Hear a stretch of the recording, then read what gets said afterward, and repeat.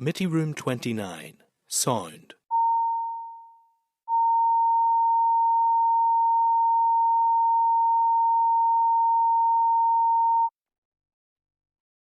Committee Room 29, Sound.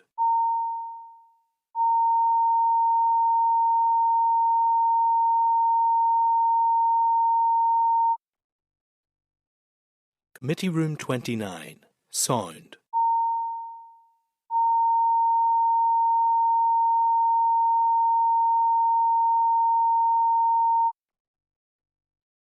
Committee Room 29, Sound.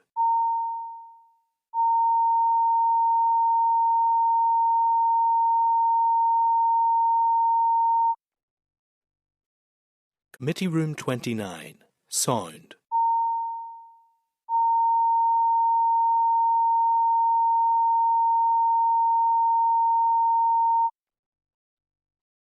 Committee Room 29, Sound.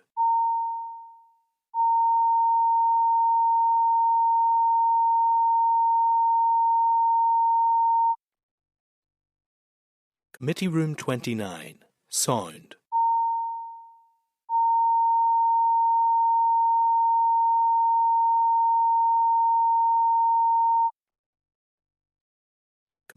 29, Sound.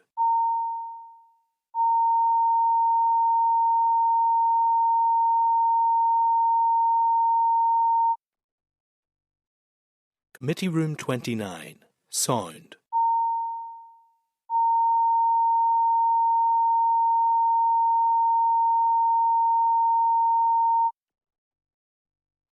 Committee Room 29, Sound.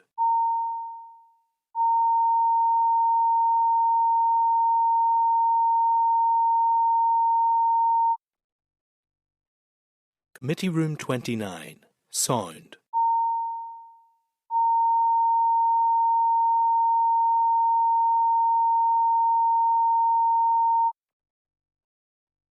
Committee Room 29.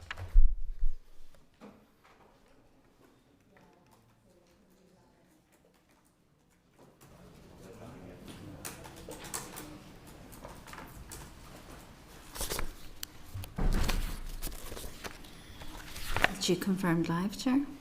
Thank you, Clerk. Agus Máidín Moy members, good morning. We do have a quorum, and I now call the meeting to order. To Fáilte Row of a Leg, all members are welcome to the 88th meeting of the Committee for Communities. Can I remind anyone in the public gallery that mobile phones must be turned off. Mobile tablet devices can, however, be used through a Wi-Fi connection, and all devices should be muted.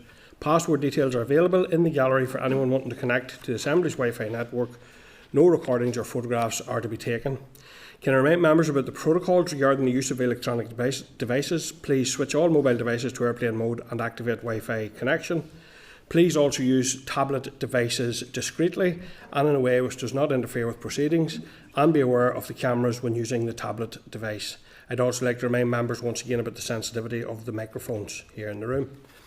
Also, for any members joining via Zoom, and that this morning is Morris, Andy, Sean, Mark and Kelly. Can I ask members to be conscious of any background images that you may be aware could maybe picked up on camera? So thank you for that. Agenda item 1, members, is declaration of interest, and I remind members of your responsibility to declare any interest in any of the items under discussion today. Does any member have any interest wish to declare in relation to any of today's agenda items? Melissa? You hear, look, Níos Chun na Dearga. I'm the chairperson of Níos Chun na Dearga and Irish language preschool provision and charity. Yep, thank you. And I would like to declare that I am developing a member's bill on mitigating the threat of homelessness in relation to homelessness. Kelly? Thank you, Chair. Good to be back. Just to say that I have recently joined as a tester for the pensions dashboard, which I'm working on with ukgov.com. So just to make sure that that's on the record. Thank you. Okay, thank you, Kelly, and you're very welcome back to committee. We're delighted to see you back and looking so well, and appreciate having your input back once again. And I'm sure the pensions will benefit from your experience in relation to that as well. So, my who, Marshin. Okay, members, everybody content with that? Moving on to agenda item 2 is apologies. We have a full team this morning. Agenda item 3, chairperson's business.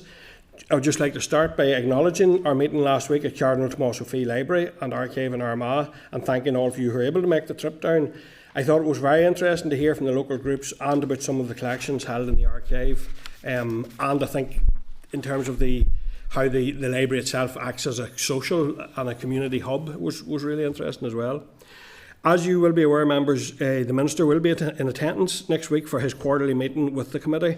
The Department has requested an outline of any areas, if people want to provide areas, if there's detailed information people want, to allow them to support a focused and constructive session. So correspondence in relation to this can be found at page 4 of your table papers, but do members wish to indicate any priorities at this point, or indeed email the clerk with any issues in particular? If you're looking for detailed information, I think it's always useful to flag that up. Yeah, just to formalise my apology for next week, I have a family wedding, so I will be missing out. Okay, thank you, Pam. Okay, well, members can email the clerk there in the meantime with anything that you occurs to you in relation to that. I'd also like to remind members that I will be delivering the opening remarks as chair of the committee at the KES seminar scheduled for Wednesday 17th of June in the Long Gallery. The seminar addresses themes that are relevant to the committee's remit around place-based research in education and housing, and legislating in those areas. And finally, members, you will be aware committee members met informally with the department yesterday, an emergency meeting to catch up on the work ongoing in relation to housing arrangements for people impacted by the unrest that has unfolded this week. I want to thank the department for facilitating an official to attend that. It was a useful meeting, I thought. There was key information shared. The clerk will follow up on actions stemming from the meeting, and we continue to work closely with the department in the coming days. And I do want to just, on behalf of the committee, just extend our thoughts to anyone who has been impacted in terms of their housing, in terms of intimidation, and also to staff within the department and within the housing executive who are working in very difficult circumstances. Sian? Thank you, Chair. And yeah, just I echo those comments, but I just wanted to reassure that overnight, this morning, I've just found out that approximately 300 people left their homes yesterday, because their details, now this is an emergent situation, I don't know the exact numbers, but their details and their addresses were shared online, and I am hearing anecdotally between 300 and 500 people presented to community and voluntary and church sectors last night to seek sanctuary because their home addresses were shared online. So I would really appreciate if we can get an urgent update on that. I know that obviously the situation yesterday was still unfolding. The numbers that we received in our informal meeting obviously did not go anywhere near that number, but this is now a crisis situation, and as I say, it's anecdotal at the minute, but I'm hearing from people who have stepped up to help that we're looking at between 300 and 500 people last night. Yeah, and we'll be content that we seek that, an update from the department in relation to that, and also an update in relation to the extent and the damage that's been caused to property, including social and housing executive properties. Would members be content that we seek that information? Absolutely. Okay, thank you, members. Okay, Clerk, you've got that? Yep. So moving on then, members, to agenda item 4 is draft minutes. They're contained from the meeting of the 4th of June, or page 8. Do members have any edits or amendments they wish to make to the draft minutes? Okay then, are members therefore content to agree the minutes of 4th of June as drafted? Yep, members content, thank you. So members, we're moving on then to the first of our briefings, which is going to be agenda item 5, and this is on homelessness policy implementation. It's an oral briefing from the Housing Executive and the Belfast City Council. And members, the briefing papers for this agenda item can be found starting at page 18 of the meeting pack, and the clerk's memo can be found at page 6 of the table papers. Members will recall that during our strategic planning meeting in March, we agreed to focus on homelessness policy implementation, and we further agreed to ask the Housing Executive and Belfast Council to brief us in relation to both the successes and challenges of homelessness interventions and the different approaches in place. The joint briefing provides an update on the complex lives model, supporting individuals experiencing chronic homelessness, the severe weather emergency protocol for rough sleepers during extreme weather, and plans to establish a Belfast homelessness local area group to support delivery of the homelessness strategy. And I now welcome the following officials to the meeting: Catherine McFarland, Interim Chief Executive in Housing Executive; Jennifer Hawthorne, Director of Housing Services in the Executive; John Tully, who's Director of City and Organisational Strategy, Belfast City Council; and Nicola Lane, Neighbourhood Services Manager in Belfast City Council. John, I think it's you who will start with a brief opening statement, and then we'll move to questions from members. But just before we do take you in, John, just to say that the committee's thoughts are with all of your staff, and that's both Housing Executive and Council staff, who we realise are working in very difficult circumstances at the minute. Indeed, with further numbers, and we've just heard from our meeting is opened, very worrying levels of numbers of additional homelessness feeding into what's already a very, very difficult situation. So we want to extend our thoughts to all of your staff on the ground and strategically working through this particular crisis at the present time. So, John, go ahead. Okay. Well, thank you very much for those remarks, Chair. We're really pleased to be here today to give you a briefing on the work that we're doing in Belfast, largely through the Community Planning Partnership, to focus in on those people who are vulnerable within the city. And I suppose the starting point for that is very much the widening inequalities in the city and the response of the Belfast Community Planning Partnership. When we created the Belfast Agenda, our community plan, and then updated that at a later stage. And it's very much this idea of a compassionate city, that we would focus in and give a real genuine sense of belonging to those people that are most vulnerable in the city.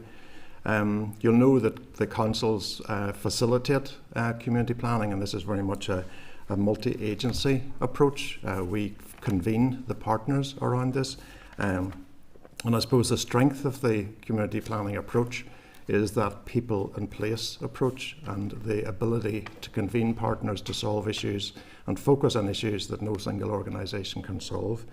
And that's very much at the heart of what we've been doing with Complex Lives.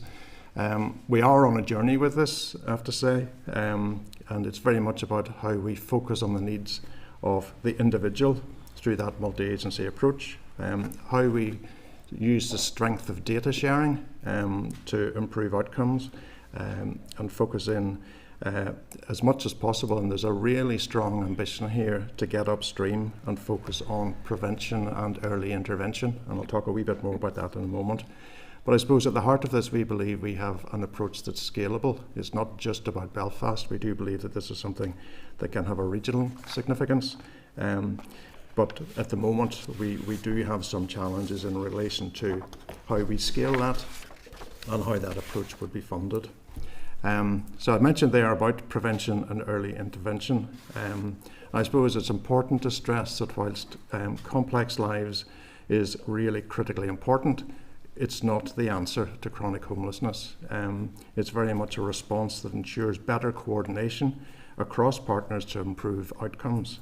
And I believe that we've shown that that approach provides better support, and we have evidence there to support what could be changed within the system through the support services. And we've also identified the key capabilities there that will make that shift to a more preventative and early intervention approach. And as I said earlier, it's important to stress that funding is a challenge with this chair.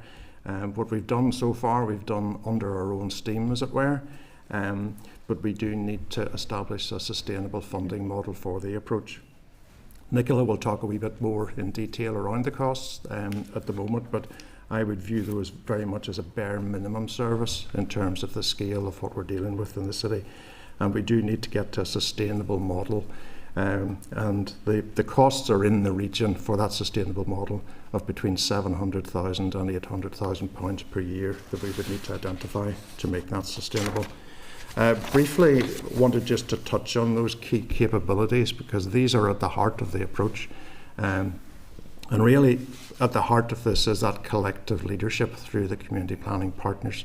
and the key agencies involved in looking at vulnerable people. So data sharing is really critical, and we have a data sharing agreement which has really been groundbreaking in terms of the overall approach. We are, as I said earlier, trying to get upstream and focus more on prevention. But really at the heart of it is that multidisciplinary team approach and providing wraparound support for the individual, and really involving the community and voluntary sector, who are absolutely critical to the delivery of these services. But doing this in a way that can be scaled. As I said, this isn't just about Belfast, that's where we're focused, but clearly we want to develop a model here that can be scaled and applied regionally. I suppose just to draw your attention to that diagram on the right-hand side of the slide there, Chair, I mean, this is very much a practical sleeves rolled up approach that we're taking here. It is about focusing on what's important to the individuals that we're dealing with, and really solving those issues on an ongoing basis, and then moving on to the next issue. And as I say, leadership through all the big statutory agencies that are involved with this is really critical to that approach.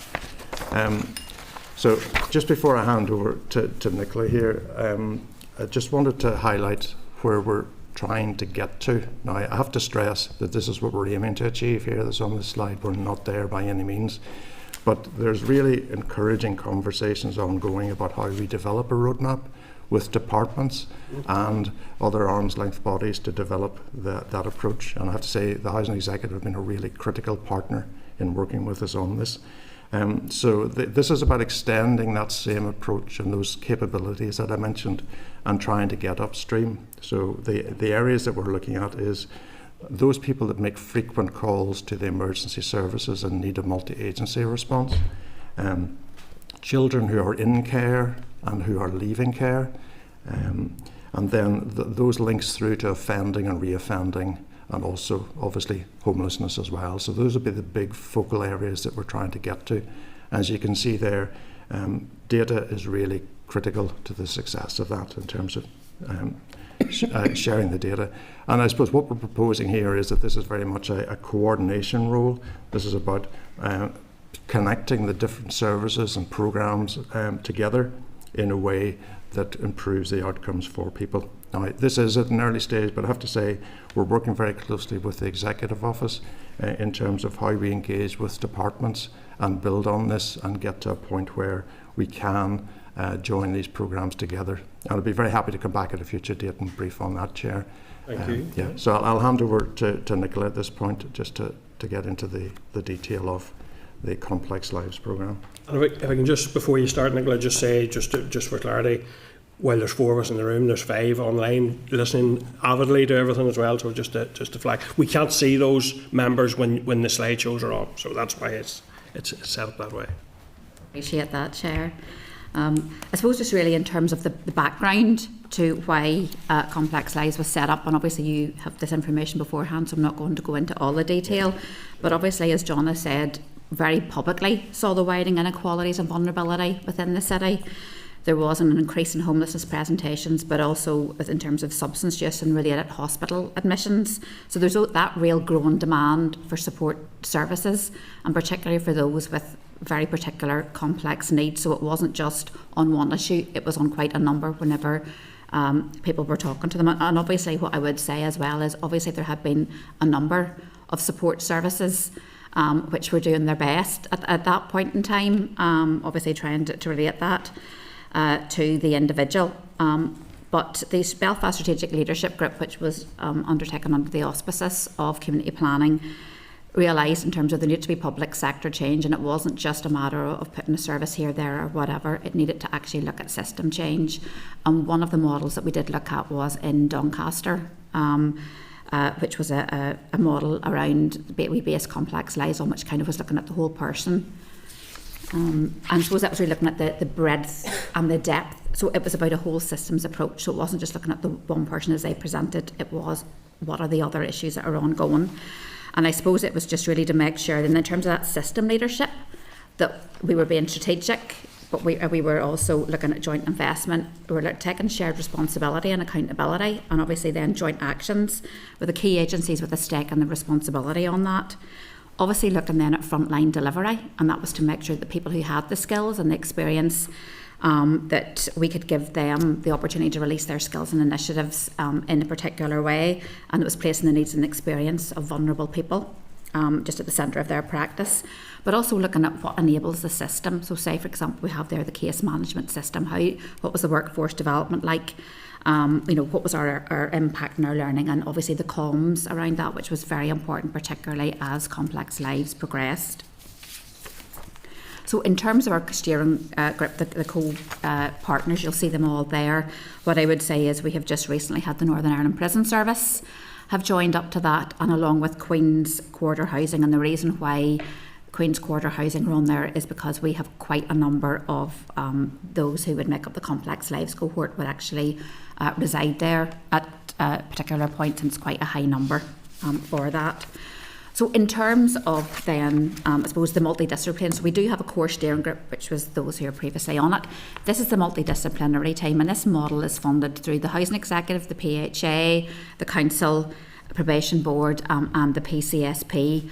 So the multidisciplinary team, which Catherine and the Housing Executive will go into a bit more detail on the left there, you will see those statutory organisations that have a representative at that table. Those on the right are the key voluntary agencies who we could not do this work without either. They have been key partners the whole way through this, and also sit on the core steering group. But they also would host the intensive support workers, which are those who would support people, particularly looking at transitions in their lives, and give them that kind of wraparound support. So in relation to funding, as you will see, the Housing Executive is the main core funder, and that is towards, I suppose, the funding in relation to the intensive support workers. There's actually 5 of those, which would be based within those organisations previously on the slide on the right-hand side. The Council, we have given a contribution recurrently to the manager and project coordinator in the Complex Lives team. PHA would also give money towards the intensive support workers, and money from PCSP and the PBNI, and you can see the amounts there. And as John said, particularly that amounts to about £420,000 per year. What I would say is that obviously part of the issue, and you'll know this very well, is about obviously the recurrent nature of budgets, and obviously budgets not being confirmed till partly way through the year, which then means obviously that then creates a bit of an issue for us in terms of retention and attraction of staff, and obviously then the ability to be in terms of sustainability of the model. I suppose one of the things that I would say, and has been said previously, is that the cost of supporting people who experience multiple disadvantage, such as chronic homelessness, from particular reports, can be 4 times that of the average adult. And therefore there is a significant amount of money obviously that it takes to support that number of people per year, and obviously in terms of us, what we want to do with that is actually to look at what is our joint investment, what are the other investments that us as organisations are putting into this arena, and are there ways that we can flex the system and make that work better together. And I'll just hand over then to Catherine. Thank you. Thank you, Nicola and John. I think the first thing I would say, Chair, is 2 words came through, I think, quite strongly there from Nicola and John: partnership and compassion. So just looking at how this works in practice, hopefully I think you'll be able to see those things as we go through that. So how does it actually work on the ground? First of all, there's a multidisciplinary team that meets weekly and works to provide a single point of access to wraparound support, and that is really key to how the model works. The team focuses on the support initially in stabilisation, managing key changes, and then longer term support, and making sure there's safe and appropriate accommodation, trusted relationships, which is really important, and again, wraparound support. So what the team does is identify situations, places and areas where people are most vulnerable, and a really important role of that team is to manage risk, is to look at risk and manage risk. The core team works then with the broader services to coordinate, cooperate as a full-time network of support in the city centre. So essentially that's how the multidisciplinary team works. In terms of what are the outcomes of complex lives, I think it's really important when we're talking about investment in a model, in a delivery model, what does it achieve? So when we look at some of the outcomes, there are around 300 individuals that have been identified as chronically homeless in Belfast, 232 of which have been supported to date by the multidisciplinary team. More than half of those have been offered support transitioning from prison to the community during their complex lives journey, and 67 have been supported into tenancies. 50 have sustained the tenancy for more than 6 months, 17 are new tenants, but the majority of the individuals that we support are experiencing positive outcomes. And just really to bring that point home, Chair, if we look at one of the case studies, and I know you have the presentation, but we thought it was important just to look at what this actually means for someone on the ground. So obviously using just anonymous names, but a girl who was very much entrenched in street homelessness, opiate dependent, amputee and a full-time wheelchair user, with serious concerns around physical and mental health, and antisocial behaviour being an escalating issue. In a year, at one point, this girl had around 99 placements in less than a year, and had been moved on from various accommodation providers and excluded. So that, as you can, I'm sorry, Chair, I have a sore throat. That, as you can imagine, is a very chaotic way of living. So what happened then is that Julie was moved into temporary accommodation with wraparound support, accessible accommodation to meet physical healthcare needs with addiction and harm reduction support. She was allocated an intensive support worker and sustained the placement for more than a year. A permanent tenancy was then accepted, and again full wraparound support was given with that permanent tenancy, working closely with the PSNI and making sure that that support was fully there while she was in that tenancy. And at this point in time, although there have been issues, and obviously with the support being there to try and help manage those issues and risks, then she has been in accommodation for almost 3 years. So that just as an example of how things work on the ground. So in terms of complex lives as a delivery model, as John said earlier, it is a model that can be scaled. We believe it can be scaled. To scale it requires funding and resources. I have to say, out of the two words I mentioned earlier were partnership and compassion, because this is about people and how we help people. So looking to the future, we would love the model, given the outcomes that it has had, to be scaled and to be funded in the longer term and mainstream funded. Thank you. Chair, do you want me to go on to the No, I think we'll go to there? Yeah, I think we'll go to questions. Okay. Yeah, but that has been really useful. I have to say, just briefly, I just want to reiterate my own in terms of that I'm working on a members bill, because I was struck by it costs 4 times the average adult in terms of intervention, which strongly suggests that the more we can do in the prevention space, the more we can generate savings in that sense and better outcomes for people, most importantly of all. So I just want to flag that my members bill and raising that. I also just want to say in general, it's great to see two organisations working so closely together. Even the fact that you've come in with a joint slide, I think, is really a strong sign of that work. And we have met down in Skenos as a committee, and we've heard. And throughout the course of this committee's existence, we've heard about complex lives and the valuable work it's doing and the need to provide for the resource.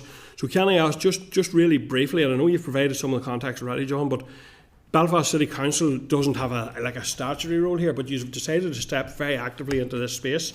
We have also heard from councils around potential for better co-working in the anti-poverty, and obviously there's a big connection here. But what made Belfast Council decide, you know what, we're going to take this on, even though it's not maybe necessarily our core Judy, we're going to involve ourselves. Yeah, I mean, I suppose I would come back to the role that councils have and Belfast City Council has in community planning, and that sense of ownership for people in place, and that sense of compassion. So all of those things were very much at the heart of the approach that we were taking, and we saw that this was an escalating issue, and I suppose that was driven, that sense of compassion drove us to respond. And we had all the strength of the relationships that were built through community planning and that collective leadership. And I do keep coming back to that. Catherine mentioned partnership and leadership are absolutely critical with us here. So our role is to facilitate that and bring people together and focus in on solving these issues that you can't solve on your own. Yeah. And of course, the more complex the issues, the more partnership working you need here. So really that was at the heart of it. But I suppose again, this is about something here that is about not just Belfast. It can be scaled, and we're absolutely convinced of that. And I suppose the key statutory partners, whilst you have Belfast City Council and Belfast Trust as part of that, the rest of them are regional organisations, and they understand that this is a model that works. Yeah, and I think we'd be absolutely keen to see that learned and implemented, and that is commendable in that sense. The other thing, and this is my final one because I am conscious we've quite a few briefings this morning, so I want to get to other members as quickly as I can. The other one that intrigued me or interested me in particular in your presentation that you sent was starting to look at that life cycle approach, because that's also been mentioned again in reference to and I know that you had it on the screens there. That's also been mentioned in relation to anti-poverty strategy. But what is it about the life cycle approach that you think tends to lend itself to this type of work? Yeah, I suppose it's those critical vulnerabilities at the point in a person's life. If you're transitioning, if you're leaving prison or you're leaving care, that's the point when you are potentially most vulnerable. And just being able to put a wraparound support for people at that point in their lives is really, really critical. And again, doing that as early as you can in their life is really critical as well. And whenever we talk to colleagues in DOJ, for example, we look at the patterns of adverse childhood experiences and things like that. You see how that affects people's future. You see how that, you can see strong patterns between that and people who end up in hostile care, for example. So again, that life cycle approach allows you to identify those patterns and get upstream and try to get into that early intervention space. Yeah, thank you. And the other thing that actually really interested me around your presentation was the systems approach and around utilising all of your systems, and there's strong evidence of that. And just to say, that also trickles right down to the individual, because everybody will have their own personal family system, and utilising that as part of the wider system is key to all of this as well. So thank you for that. I'm going to Kelly and then have Mark an indication from, so I'll start with Kelly, please. Go ahead, Kelly. Thank you very much, Chair, and thank you to all for coming along today. And I very much appreciate the work that you're all doing together. And I'm thinking about you all, particularly at this time, given what has been happening over the last few nights. But I just wanted to ask, on the prevention side of things, I'm thinking about the importance of having an operational day centre, particularly in Belfast. Welcome are currently using Centenary House, which doesn't really compare to what they had before. What is Belfast City Council and the Housing Executive doing to address the issues around accommodation for a day centre that can help to take people especially away from emergency situations, maybe allow a time during office hours when they can be helped? Yes, certainly one of the strands of the broader piece around vulnerability is looking at this concept of a multi-agency hub. So we're doing a piece of research there at the moment to see what that would look like and what would the services, what services would be within that.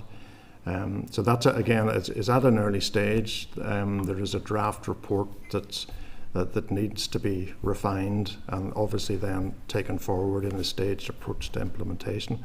But certainly that's part of the ambition here, is to, over the course of the next few years, is to get to the stage where there is there's no wrong door, as it were, that there's a centre where vulnerable people can go and get the support they need regardless of which agency can provide that.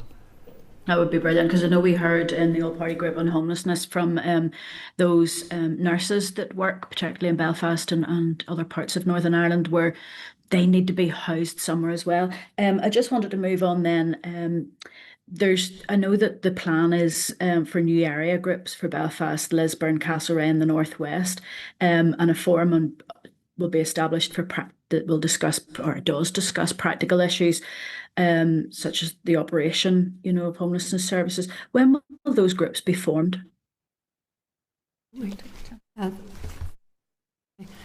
Thanks very much, Kelly, for your question. Obviously, the local area groups are vital because it's all very well having a big strategy, and we've got that strategic network from the department through to the housing executive levels at operation level. But what the key for us is that you get that top down, but more importantly, the bottom up. So the local area groups are in train. In fact, the first meeting is planned in the very near future for Belfast.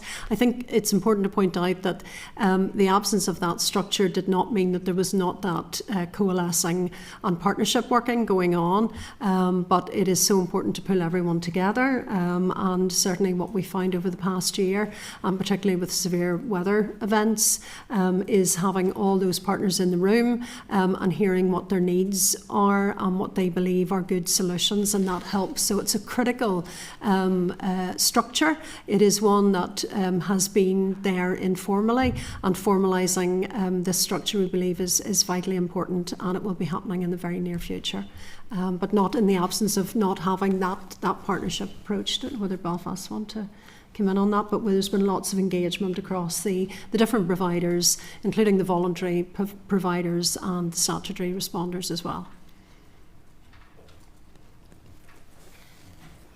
Yeah, Kelly, okay. Sorry, thank you very much, Chair. One more question. I appreciate that you've raised the issue about non-recurrent funding. Just to say that I recognise that it's difficult for you providing the services, but I also recognise that it's very difficult for the community and voluntary sector that don't know if their services can or will continue without the confirmation of funding. We know we don't have a budget at the moment. And one of the things about this is stigma, and the stigma that those staff, yourselves, your staff, and the community and voluntary sector staff face by simply being involved in the work that you do with people who are homeless. Can there be anything done, and particularly thinking about Belfast City Council, with the work that you have with so many of the businesses and the community around Belfast, to help to address that stigma, to confirm that these are people who could have dependencies, they are homeless, and they need our support? Is there anything that can be done to help reduce that stigma further?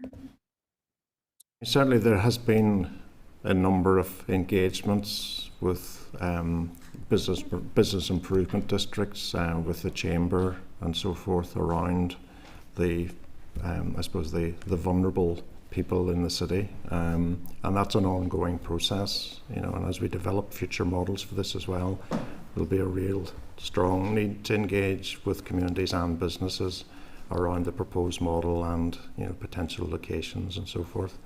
So certainly, that would be kind of an integral part of the approach, would be to continue that engagement. Thank you very much, Chair. No, we'll move on to SWEP later, but appreciate the answers she's given so far. I think that I would be very keen as a committee member to support you in whatever work that you're trying to achieve, because it's only through that partnership work that we will make a huge difference to a lot of these people's lives. Thank you. Thank you, Kelly. Mark? Thanks, Chair, and you're all very welcome. Thanks for coming, and thanks for the work that you do, and thanks even more so to those on the front line that Kelly had mentioned, who are dealing with more people with more complex lives, sadly. And I look forward to the formalisation of the work, particularly in the Northwest, where there is a partnership in place as such, and a lot of good work going down, but it'll be great to get it, I suppose, better established and better resourced, hopefully. Just in terms of the work that you are doing, have you been identifying existing policies and practices, I suppose, that aren't just not working well, but are actually maybe counterintuitive to the work that you are trying to do, and making situations worse? I suppose if I can answer one of those, Chair, is firstly, I suppose, is in relation to some of the referral pathways with regards to health. and obviously the way that co-occurring conditions are treated. And the big issue, I suppose, really around that is around mental health, but also then people who would also be potentially substance users. And therefore the issue is sometimes people can't actually access the mental health until potentially they have actually reduced their substance use or are completely free from it. And as we know, not everyone who is over complex lives has a substance use issue, but many do have mental health issues, and that hasn't necessarily been why they become homeless. It may be that been a result of becoming homeless, but there's obviously significant trauma that has been there as well. And John has referred to the ACEs, the adverse childhood experiences, which has all lent into this. So therefore, I suppose, and I am aware that there are discussions, certainly at department level and with the PHA, etc., around co-occurring conditions, and potentially then as they go forward and looking at how they, I suppose, procure services and what can be provided, that is something that we have raised. And it's definitely, I think, being looked at through the trust, but through the PHA, and particularly probably who would be responsible for procuring the low threshold services.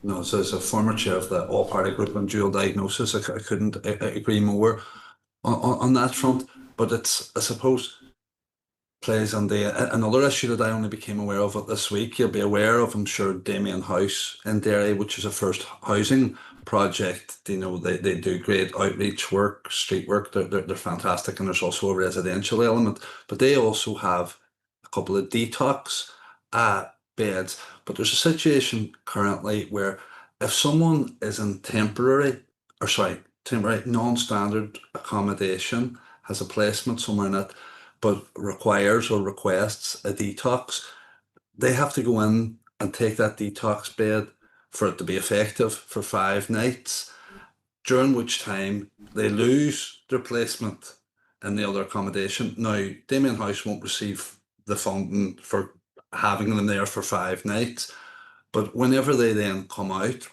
detoxed, they're right back to square one, and sometimes literally back on the street. And that we've correctly identified the correlation in so many instances between addiction and chronic homelessness. But that to me seems really counterintuitive, and it's almost discriminatory against homeless people. Maybe if I commit, Mark, you've described the perfect storm, because what you've described is exactly why Complex Lives is so essential, because it is about that pathway. It's about the person through that journey, and that, be it a treatment journey and then on to suitable accommodation. And that's why this model that we're describing to you is so effective, because it deals with exactly that type of situation that you have described. So that's why we're sort of very much suggesting that this is an excellent model for that whole system approach and for that whole person approach. Well, and then Catherine, you'd given a case study there, and the case study was on a lady, and you mentioned issues or incidents of antisocial behaviour. When we see proposals coming forward around antisocial behaviour and how people found guilty of serious antisocial behaviour will basically lose their rights in terms of being able to access housing, do you think that could have a detrimental impact? I'll maybe come in on that one again, if you don't mind. Certainly the proposed changes in terms of those with antisocial behaviour and the exclusion from rehousing opportunities would be considered, Mark, in the circumstances of what created that antisocial behaviour. So if the vulnerability and the sort of chronic needs have been a factor within that antisocial behaviour, that is very much considered in terms of any potential exclusion from the waiting list going forward. So it is not It is very much back to the whole person approach. It is looking at what support can be given, and of course it can also be that exclusion can be discharged at a point of time, when someone has has moved through a process and is able to go forward. So our statutory homelessness duty is a statutory duty. Those considerations in terms of the vulnerability of the applicant form a critical part of that assessment on the duty that we owe to that individual. Okay, so personal circumstances are really, really important and are very much a factor. I know that's a very complex nut to crack as well, because we know the impact that antisocial behaviour has on other tenants and on the housing executive and on housing associations, that the pressure it creates for them. And just finally, is there any update on the DIME project? Derry DIME? Yes. I know it's now been renamed, but it's still Derry DIME, which is the dispersed intensively managed service, and the numbers we are aiming for 40 placements in the Derry City area. We're well on track to achieve that target. So we're absolutely delighted with how things have moved forward in that, and the wraparound support and the case study that you heard earlier can very much be seen in terms of the successes in that. However, our single issue, and it'll not be lost on you who are in those areas where there's serious housing pressures, it is trying to secure suitable accommodation to be able to reach that target of 40 in Derry. So we are totally committed to it, actively seeking further accommodation, and we're well, I don't want to give you a figure because I don't want it to be wrong, but we're well on target to achieve that total. Thank you. Thank you, Mark. Morris, go ahead.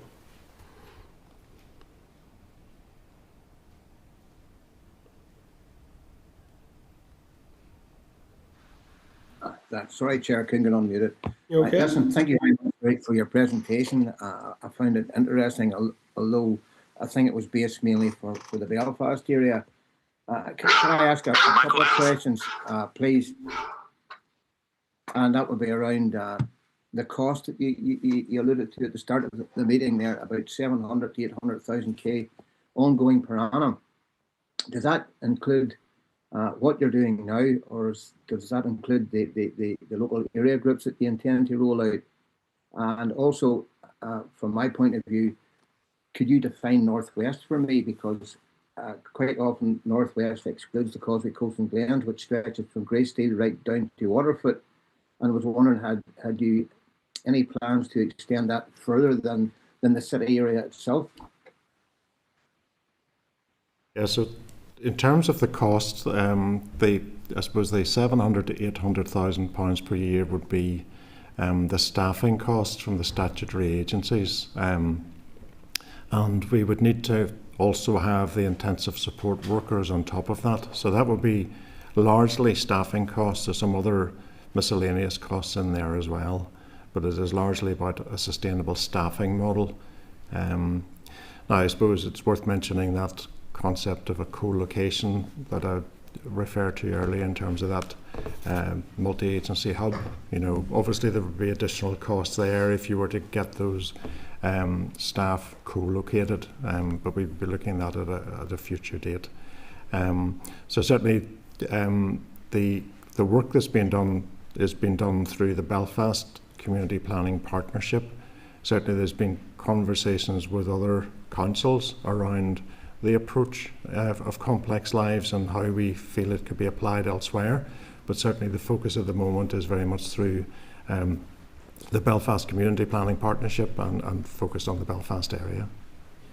So I suppose to be fair, this is a Belfast Council initiative which is there to be learned from and picked up, and I do appreciate that this is, but I also understand Morris's point, and I think it would be great to see it being actively rolled out and that proactivity. So Morris, have you anything else there? Yeah. Chair, I appreciate the work that has been done, and I know that it's all in Belfast, so it includes the housing executive, the PSNIE, the trusts, etc., etc. So it's a massive workload, and I really appreciate all the work that you do. However, just other wee question that I wanted to ask was around your data sharing. we heard here prior to the meeting starting that people's, in the current situation they're in, that people's details and addresses have been shared online. And I was wondering, when you have a data sharing base, how do you protect that from leaks, from the public accessing it, or for sort of groups using it that shouldn't be using that sort of data? How can they get their hands on it to share it in social media, which is a bugbear of mine, that how people can get this and display it?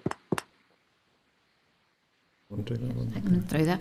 Obviously, each of the organisations have their own data protection protocols, and those are the ones that are adhered to, but obviously those have been looked at through legal advice, obviously within their own legal advice. But we actually have systems in place where obviously only the people who are actually meant to be looking at that data actually have access to that data. So it's within only those 9 organisations. It's not actually at this point in time, what would I say, a one overall database for all of the 9 agencies. But we have just recently had a case management system that the Housing Executive very kindly gave us some additional money within year to actually be able to put together, which means then we can have that information about people where everything is like a plan on a page.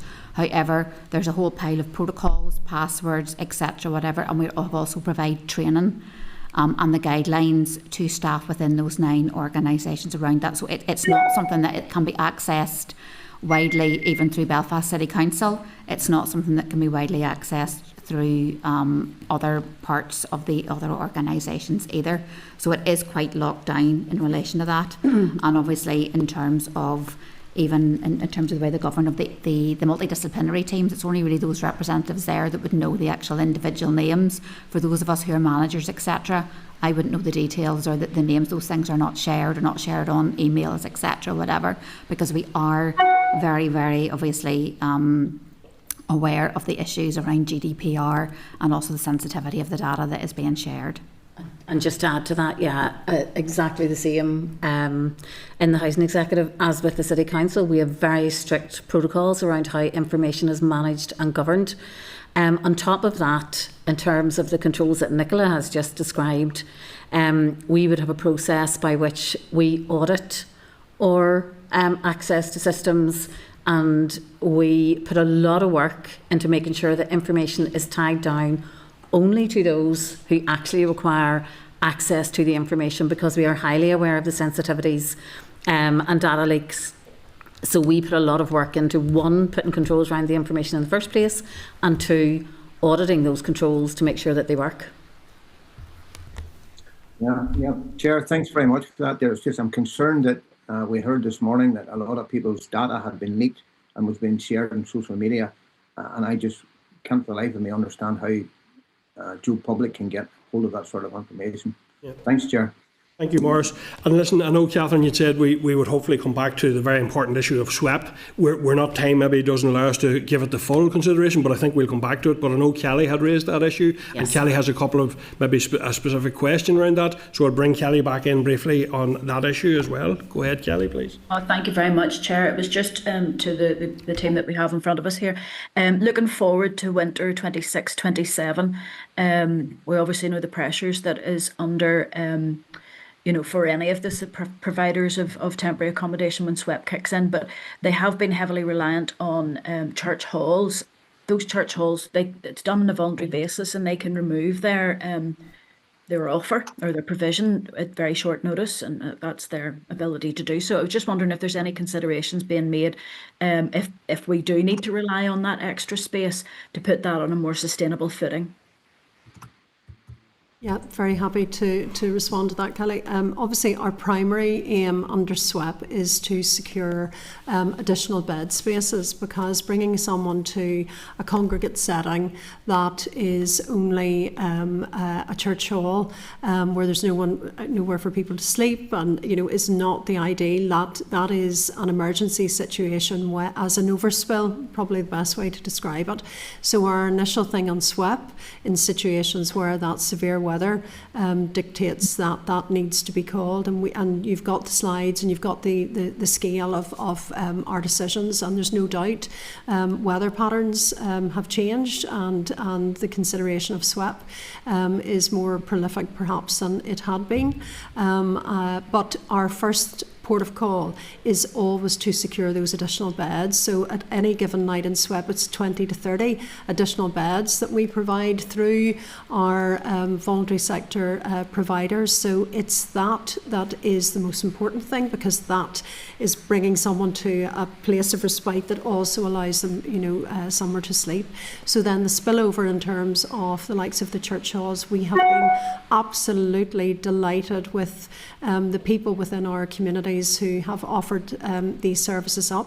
Those discussions are ongoing, and we believe that there is the potential for further accommodation, but it is making sure that that accommodation is in a safe space, that it is there, that's easy accessed, and all those safeguarding issues that we need to provide. So we've been very encouraged by the work of groups, voluntary sector, church-based groups, in terms of the potential for additional ones. But of course our primary is to get additional accommodation spaces.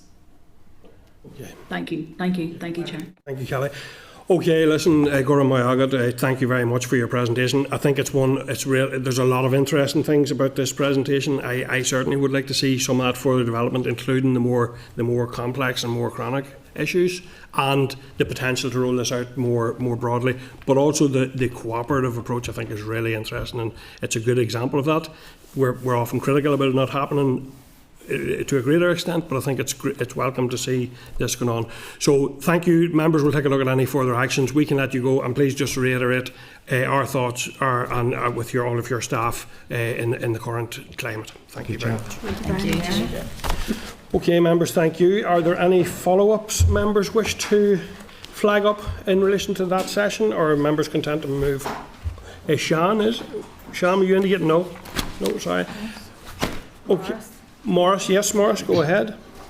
Yeah, Chair, I'll just like maybe further information on the overall cost of rolling this out through the local area groups, because we need to know the final cost of that there. And also, I alluded to the Causeway Coast and Glens there, which is a large rural area, and we have our homelessness and we have our problems, but because of the population dispersal throughout the Causeway Coast and Glens, they're not as manifest as they would be in a highly populated area like Belfast.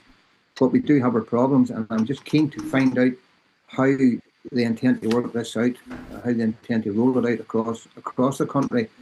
Look, it's a valuable service, I think. I just think they just need to know about a few more things about it. Yep, thank you. Morris, Clerk, are members content to seek that? Yep. Kelly? Just very quickly, I'd be keen to follow up with that group of people just about the day centre provision in Belfast, because that provides such a preventative opportunity for people to be helped rather than out of hours, late night, and even during SWEP. So I'm just, if we could maybe write and say thank you very much for the presentation, and we would be keen as a committee to find out more about where the placement of the future day centre will be, and the types of services that will be provided in it would be useful. Yeah. Yep, members content. Okay, thank you. Okay, members, otherwise content, then we move on to our next briefing at agenda item 6. Okay, members, so just to flag up, there is headsets available for members for translation purposes. Flag you towards that. So, Abail Ta and Video.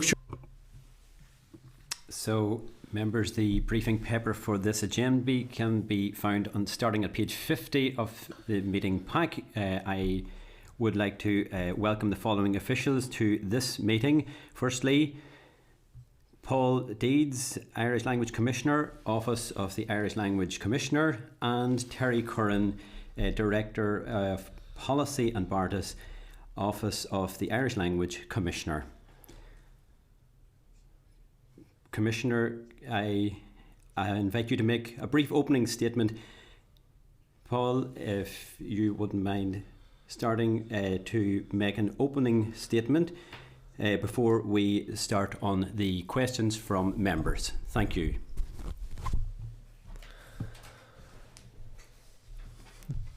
Good morning, Chair and members of the committee. Thank you for the opportunity to address you today. As the first Irish Language Commissioner for Northern Ireland, it is a great privilege to appear before you in this role. My office was formally established on the 13th of November 2025, representing a significant milestone in giving effect to the Identity and Language Northern Ireland Act of 2022. Its establishment marks an important step forward in providing official recognition of the Irish language within Northern Ireland. The aims and functions of my office are set out clearly within the Act, and they provide a statutory framework for enhancing and protecting the use of the Irish language by public authorities in the provision of services to the public. Since taking up my post almost 7 months ago, my focus has been on building the foundations of the office, capable of fulfilling its legislative responsibilities with independence, professionalism and with integrity. My staff and I are currently based in a quality house in Belfast, alongside colleagues from the newly established Office of the Commissioner for the Ulster Scots and the Ulster British Tradition, as well as the Office of Identity and Cultural Expression. During the initial establishment phase, the three offices have worked in unison, providing mutual support as each has developed its respective arrangements. My office is small but committed. There's a team of 6, comprising 3 members of staff seconded from TEO, one of whom is Terry Curran, and 2 agency colleagues. Together, we have been working to put in place the necessary governance systems and structures to ensure the office is fully equipped to deliver its statutory duties from the outset. Over these first months, I have placed a strong emphasis on engagement. I have met with a broad range of public bodies, community organisations and stakeholder groups. These conversations have been invaluable for me understanding both the opportunities and challenges that lie ahead, and I will continue to guide the approach and priorities of the office as we move forward. My team and I have engaged with colleagues in DFC, and we have provided feedback on the draft Irish language strategy.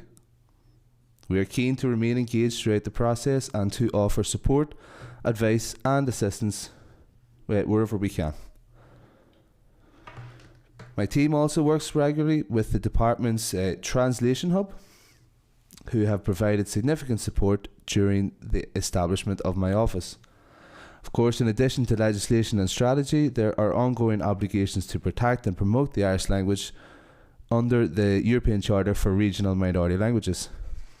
I hope to undertake further work with the Department for Communities in its role for coordinated defence related to the Charter commitments. This will include reconvening the Interdepartmental Charter Implementation Group. Looking ahead, a key priority will be the further expansion of the office staff and complement to ensure we have the skills, expertise and professional capacity needed for the work ahead. I will also strengthen the engagement with stakeholders as we move into the next phase of work, which is the development of the standards of best practice.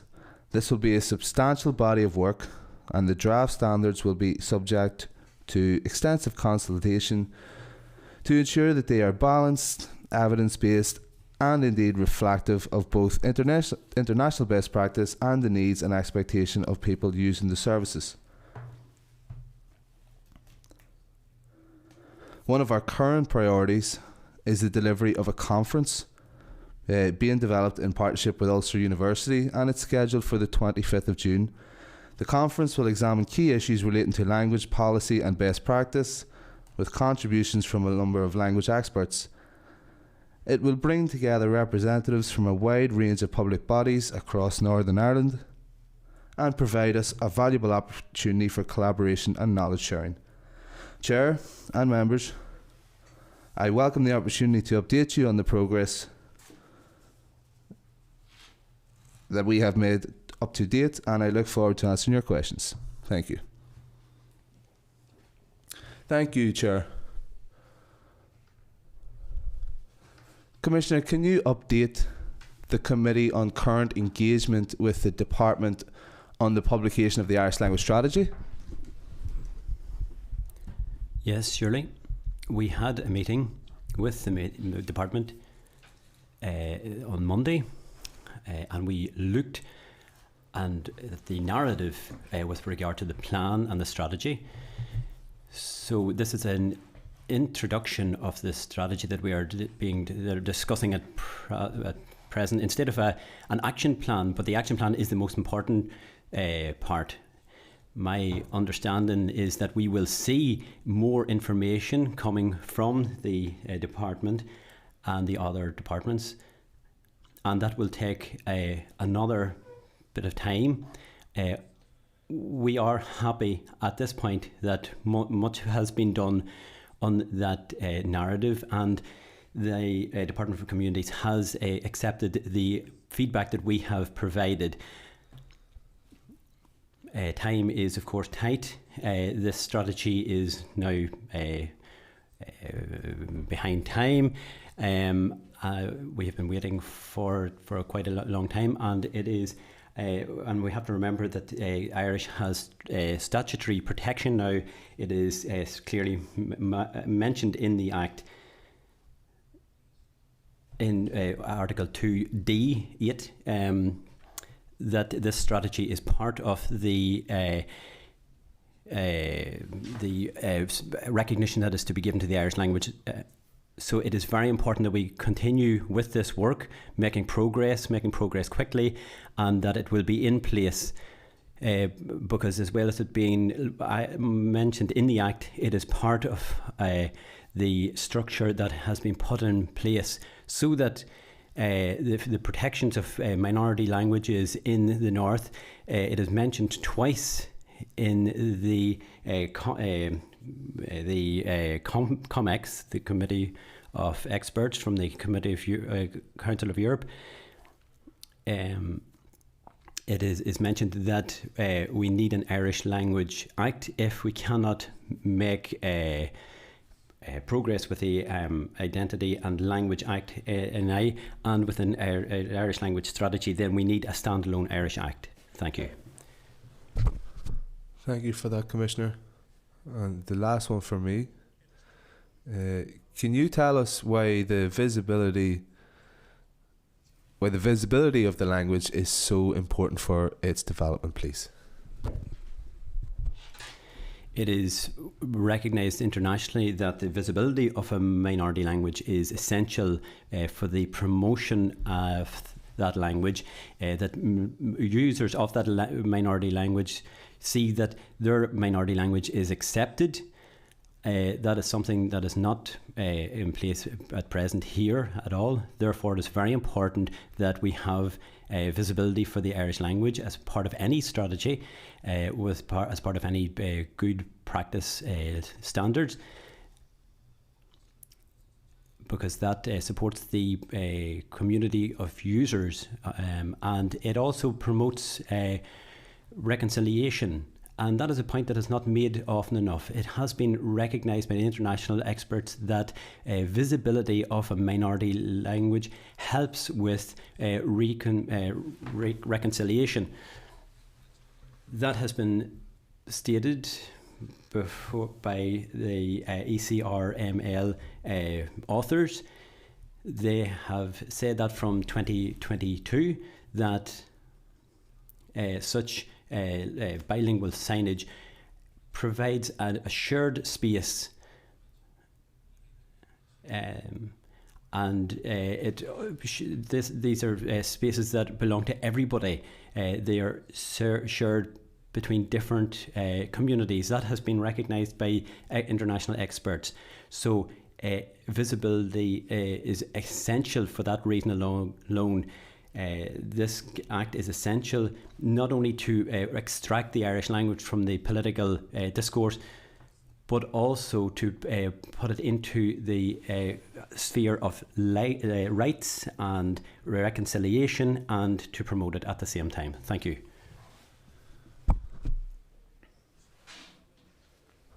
I'm now going to go to Kathy, the Vice Chair, and then Melissa and Mark. Kathy?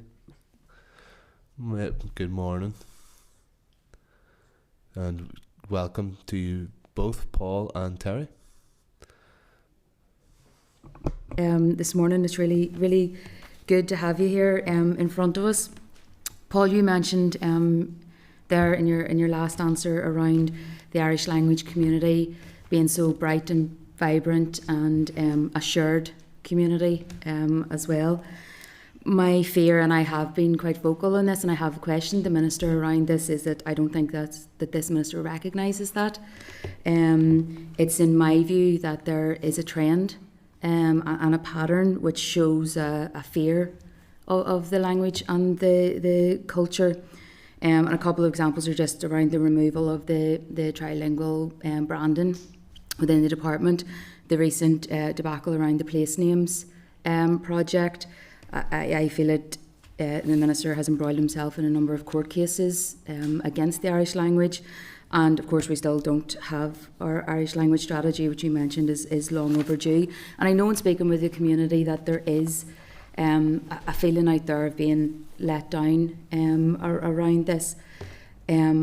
What needs to be done, or what engagement should be done around this with the Minister, in terms to maybe try and bring back some of that trust, or that the Minister could show that he is engaging and does see this community as vibrant and bright? I'll answer this as carefully as I can, because I'm reluctant to get into any of the political issues around it.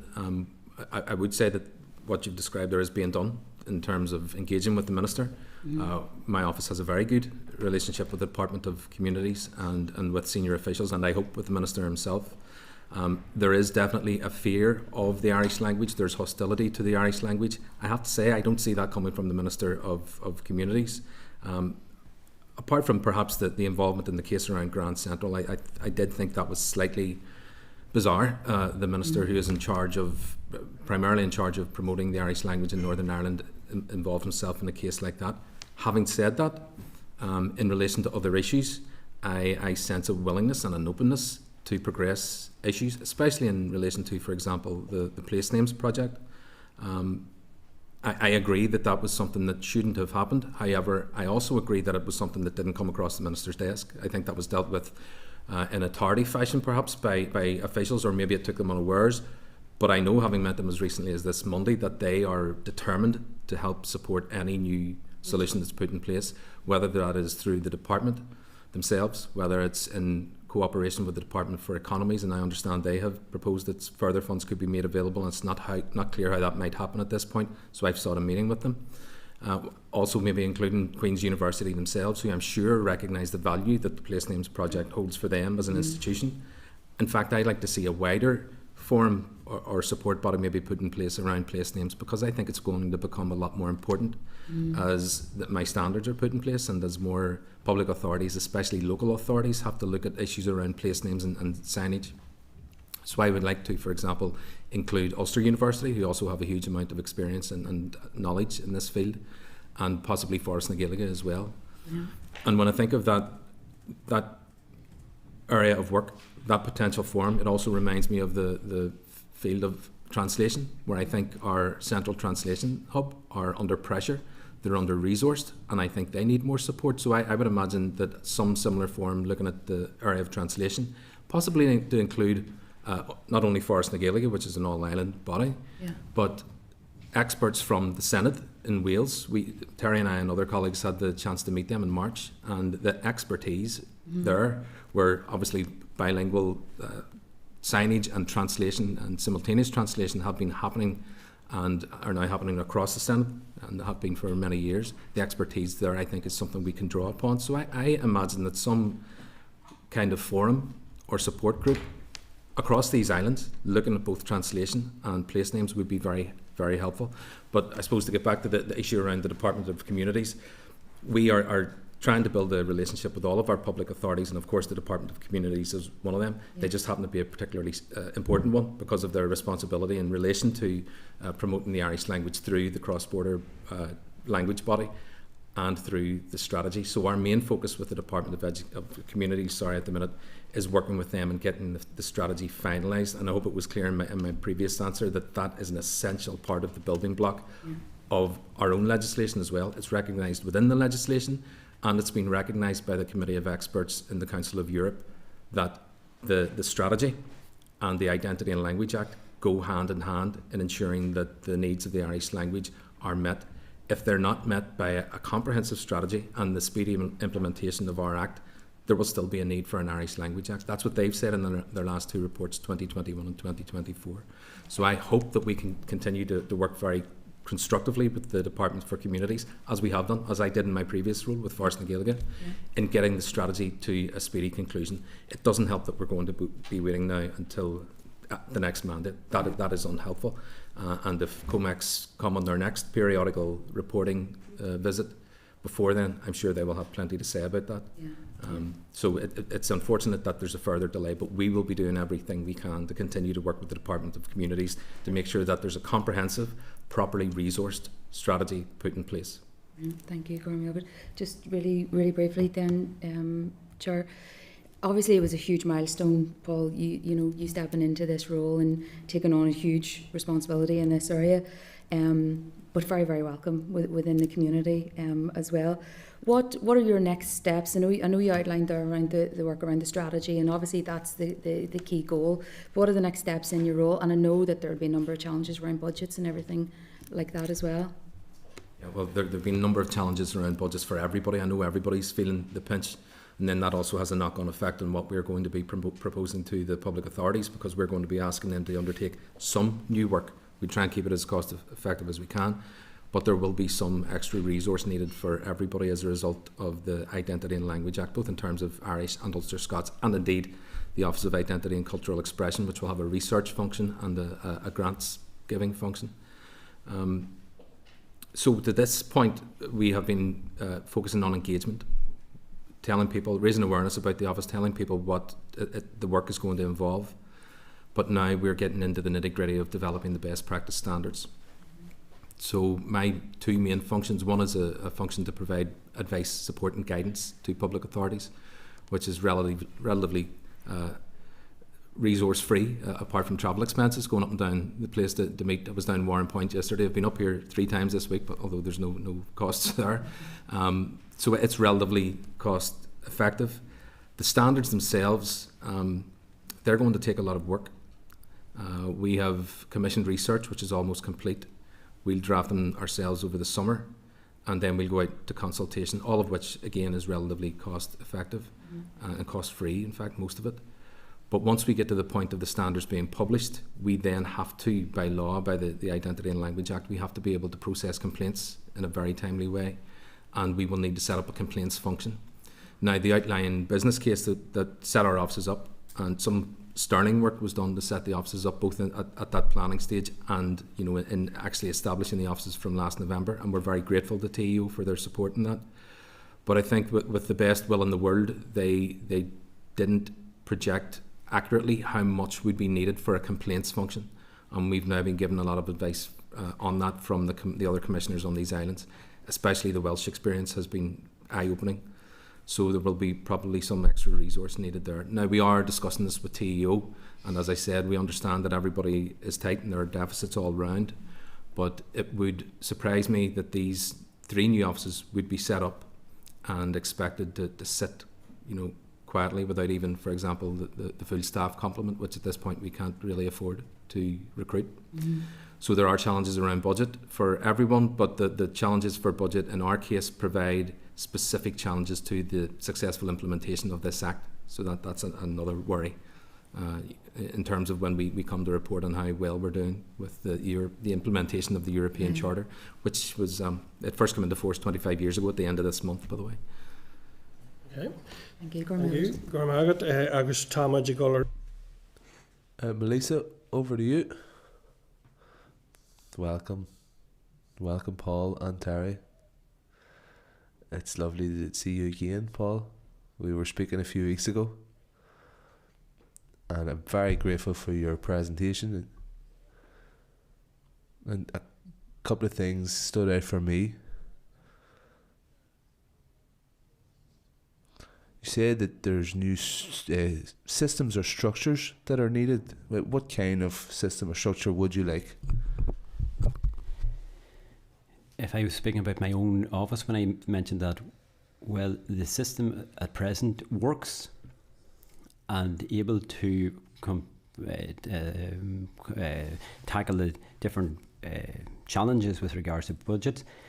But if I was talking about the new systems we needed with regard to our society and these institutions, well, the system we should have is that people should be able to use the advice coming from my office, should be able to depend on my office to provide support, should be able to come to access the most up-to-date information from my office, from experts, and that everybody would be very clear about what they have to do under the Act, under the Charter, under the new strategy, and that understanding would be intrinsically linked into the different legislation that we have. So we need a mindset change and change of culture. It goes beyond structure and systems if we are to implement this Act. So I know you have a small team, Paul, and you do need more people to work then? We have a team of 6 at present.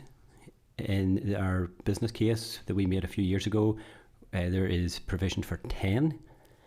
And I was happy enough with that when we started out.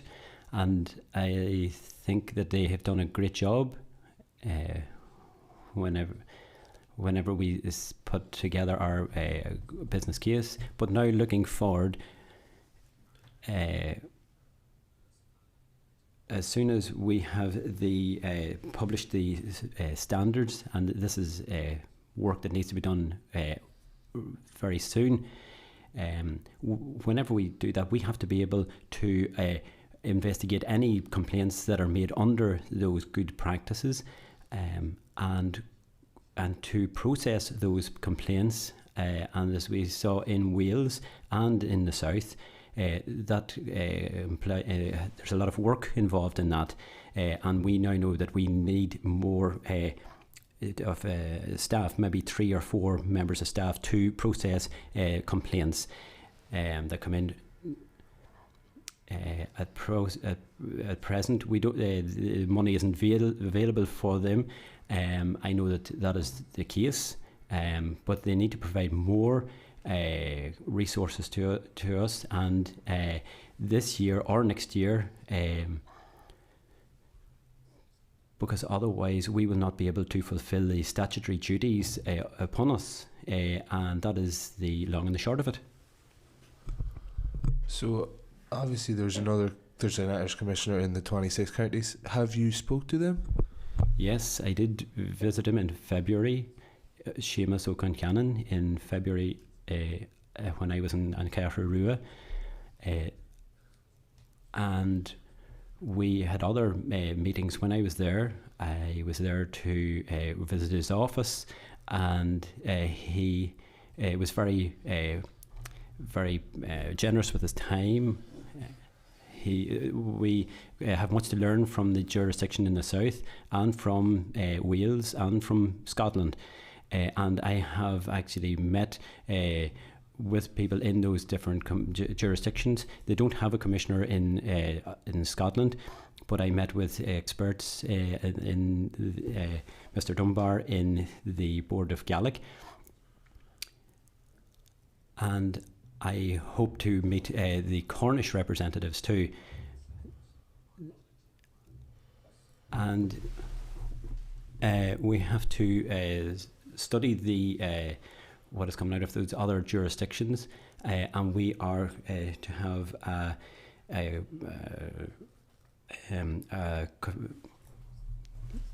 meeting about best practice with regard to minority languages. One more from me. Quickly, please, Melissa. You said, Commissioner, that the interdepartmental charter implementation group would need to be re-established. What difference would that make? You mentioned structure, and I said that there wouldn't be a great focus on new structures being put in place, but that is an important structure, that interdepartmental group.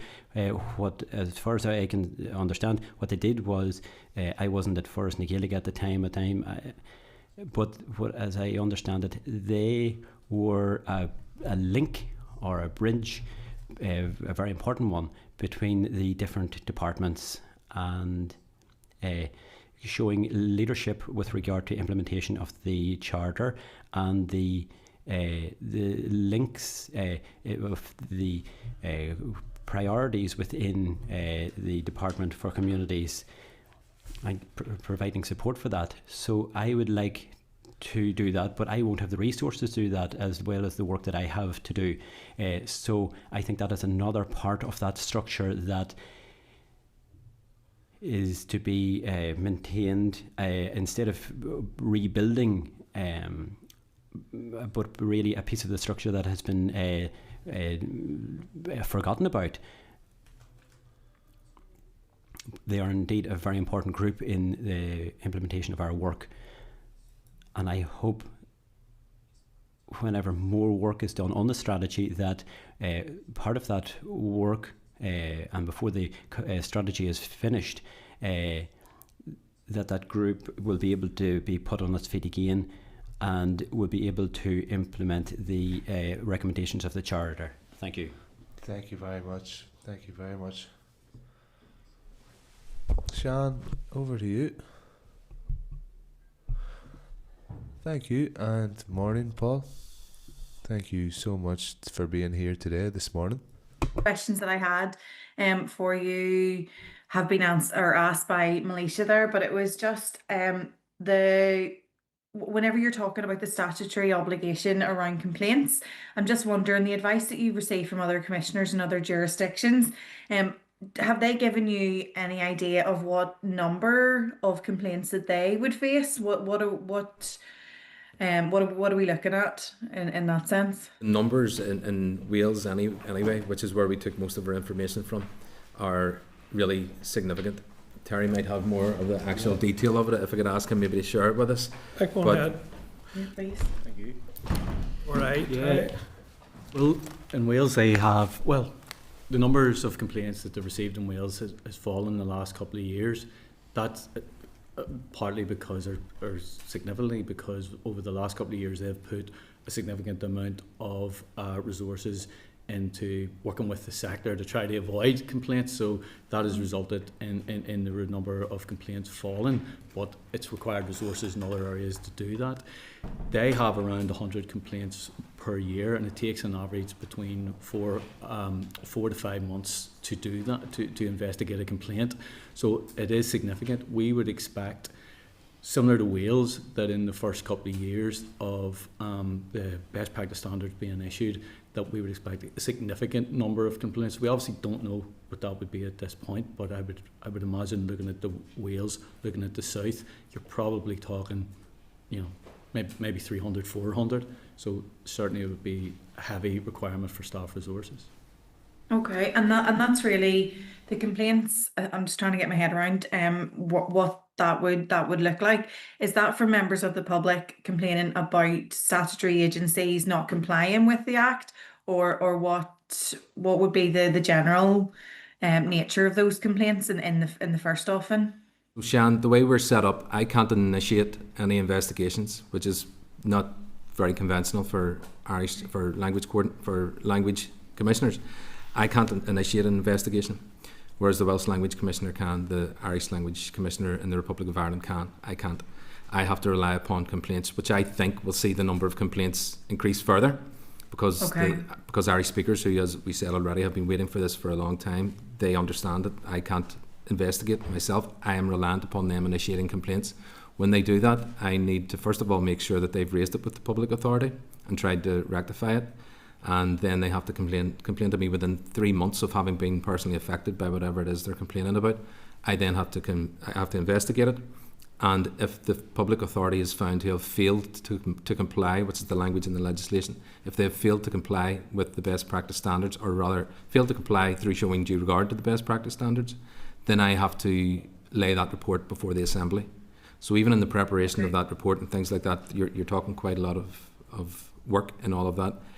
I should mention as well, the drop in complaints, and this is an important point, the drop in complaints in Wales is more than likely also due to the successful implementation of the legislation and an increase in compliance rates in the public authorities. So it's a sign of success as well, possibly, that the complaints have fallen in Wales, and I think it's important to keep that in mind. That's really, really useful. Thank you. And I suppose the other question I have is around the standards. Can you help me understand a wee bit more about what that entails? What will those standards look like? And I suppose what work is ongoing on the formulation of those at the minute?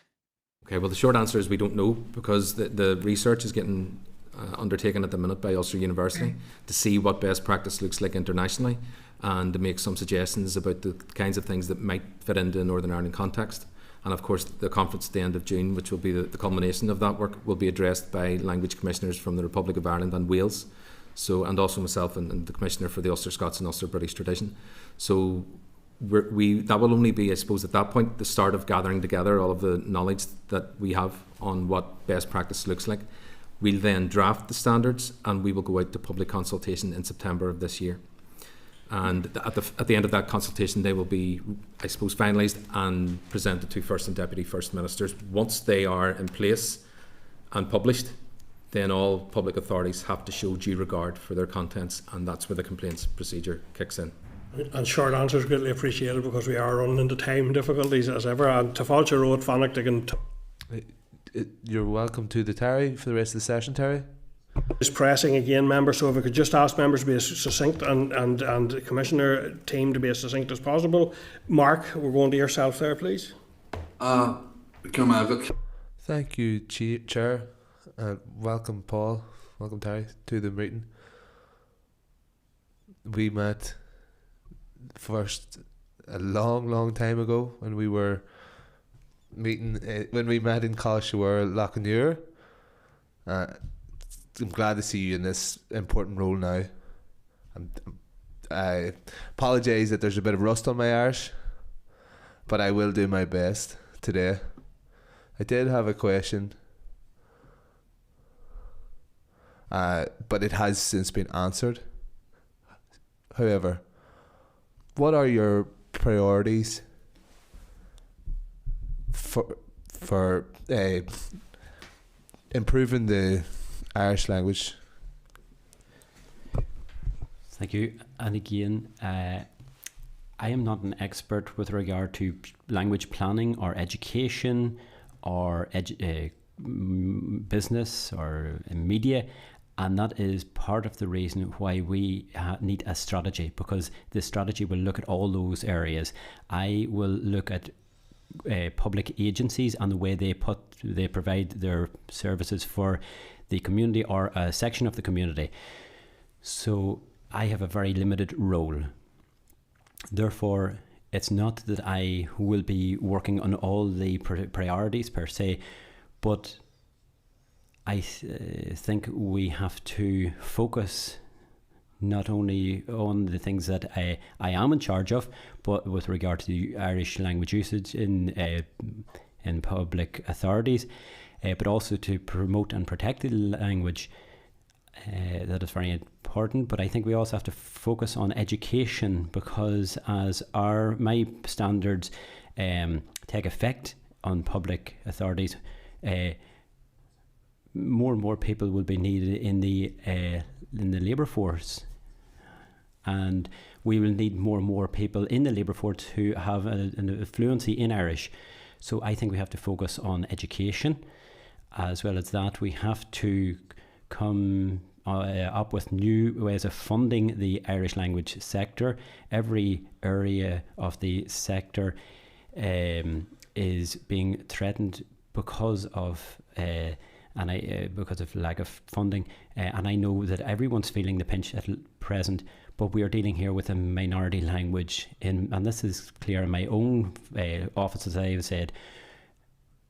We have to be able to undertake the things that are set out in the Identity and Language Act. So really looking at education. Thank you. Thank you. Yes, of course. We all need more money. I think that I have to say it is an awful shame that misuse has been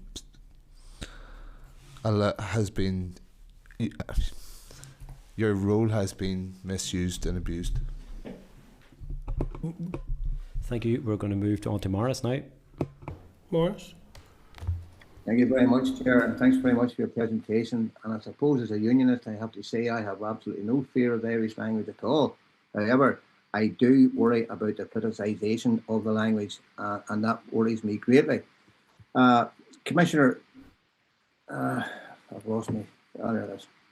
Commissioner, since the establishment of your office, November 2025, including accommodation, staffing and consultancy, IT systems and administrative support, what is the projected annual operating budget in 26-27, and how does that budget compare with the office of the Ulster Scots and Ulster British tradition? As far as I know, they're roughly the same. They are. Roughly the same, but it's around what we've been given in our indicative budget, which isn't sufficient to see us to year end, really. But we're working with TEO on that, is £873,000. For both departments? I'm nearly sure that's what Lee has. I think Lee, if it's not the same, it's very, very similar. Lee's joining us next, so we'll for the check. Yeah. And then my concern is the proliferation of, you've alluded to education, etc., and that the Irish language may be construed in unionist mindsets, that this is will become dependent on job opportunities, etc., that you have to be able to speak Irish. If we go back to partition, it was used as a discrimination against the Protestant population of the day, and that's a concern of mine, that we're heading down that route again, and that benefits nobody. I'm not sure what the question is, but just on the point that you're making, I think I certainly won't be recommending that, the criteria for jobs are changed to make sure that people are excluded from the workforce if they don't speak Irish. New jobs may be created that will require Irish speakers. In fact, I think that's the natural conclusion or outcome of this act. And, I didn't read it, but the act that we have that says that official recognition will be given to the Irish language by mandating public authorities to enhance and protect their use of the Irish language when delivering services. I think the logic of that is that you're going to require at some point more Irish speakers, but certainly I don't think it should be used in a way to exclude anybody who doesn't speak Irish. Okay. I would challenge also something you said there just about, from a unionist mindset, and I'm not, obviously I can't challenge your perception of things, certainly as a unionist representative, but just that term, I know from a number of friends and colleagues in the Irish medium sector and the Irish language sector, they would possibly challenge the description of your comments, which are totally fair comments, but to say that that's coming from a unionist mindset, it may be coming from a mindset of people who have those perceptions, but I would stop short of characterising that overall as a unionist mindset these days. There are plenty of unionists engaged with the Irish language and learning the Irish language, but that's, I suppose, a point in semantics. I do absolutely take your point, and we'd seek to reassure you that nobody will be excluded from the workforce because they don't speak Irish. Yeah, but you did allude to there that extra jobs will have to be provided, and those will be for Irish speakers, thereby excluding anybody who can't speak Irish. No, they'll be extra jobs. They will be new jobs, and I think I already answered that point. In as much as I said, I think the natural outworkings, the natural logic of this act that we have before us, that I didn't come up with, is that we will need people speaking Irish, more of them in the workforce. So the new jobs will be extra jobs, and hopefully there'll be extra jobs for Ulster Scots translators and for people who have fluency in Ulster Scots to work in the public sector as well. But I think that's just the natural logic of the legislation that we've been given, the Identity and Language Act 2022, which seeks to enhance and protect the use of Irish by public authorities. I think the logic of that demands that there will be new extra employment created for Irish speakers. Yeah, and you've answered the question quite delicately, and I do take it on board that there will be new jobs and they will be available only for Irish speakers. And you've made that point quite clear, so I accept that. Do you think there's any duplication between yourselves and Forrest na Gaeilge in this translation hub? In the translation? Yeah. Please, Commissioner, I'll have to move on. And the translation hub is just a project within DFC that I hope to support, and there wouldn't be any duplication between myself and them or themselves and Forrest na Gaeilge. They need a lot more support, the translation hub. And finally, Chair, I understand where you're coming from with promoting minority languages. Do you therefore then, at some stage, think there should be a commissioner for Mandarin or for Polish or Lithuanian or some of the other more prominent minority languages in use in Northern Ireland?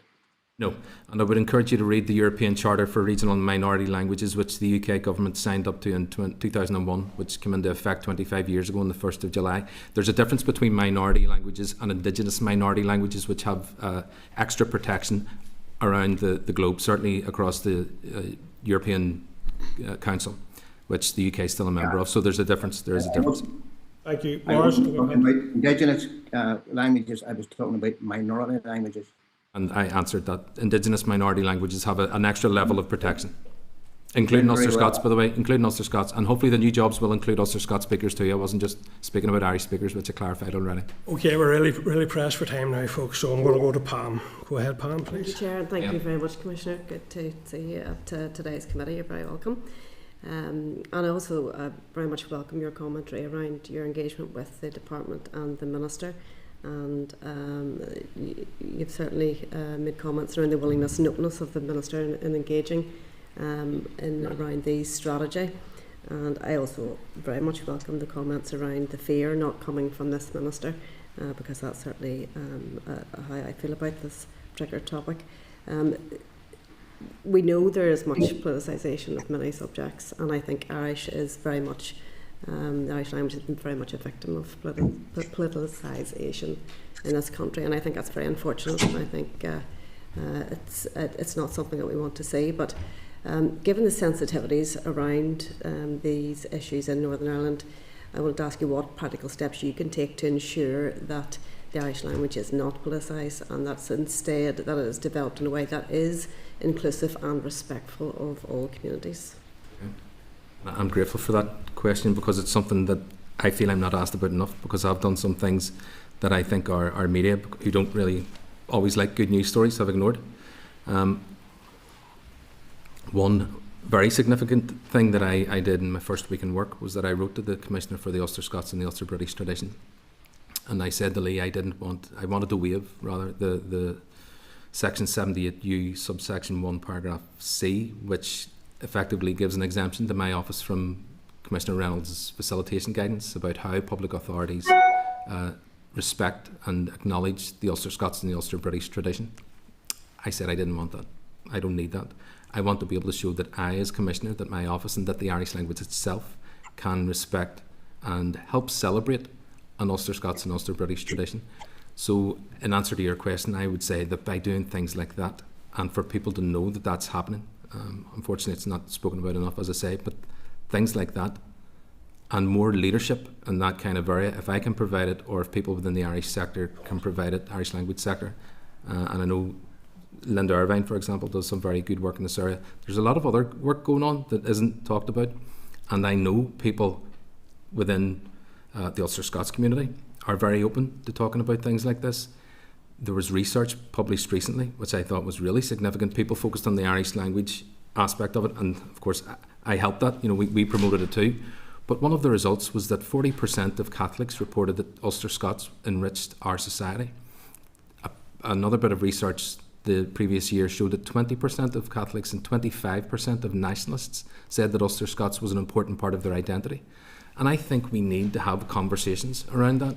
We need to be talking about these things that don't divide us, but bring us together. Because there's so much talk about how allegedly our Indigenous minority languages, and it does focus on Irish, is divisive and aggressive and all of this. The thing is, number one, it's not. But where it is perceived to be so, it is only done because people like me have to implement. I have to, I have to do this by the law. We have to implement best practice as per the European Charter for Regional and Minority Languages, as per the Framework Convention for the Protection of National Minorities and other international obligations on the UK government.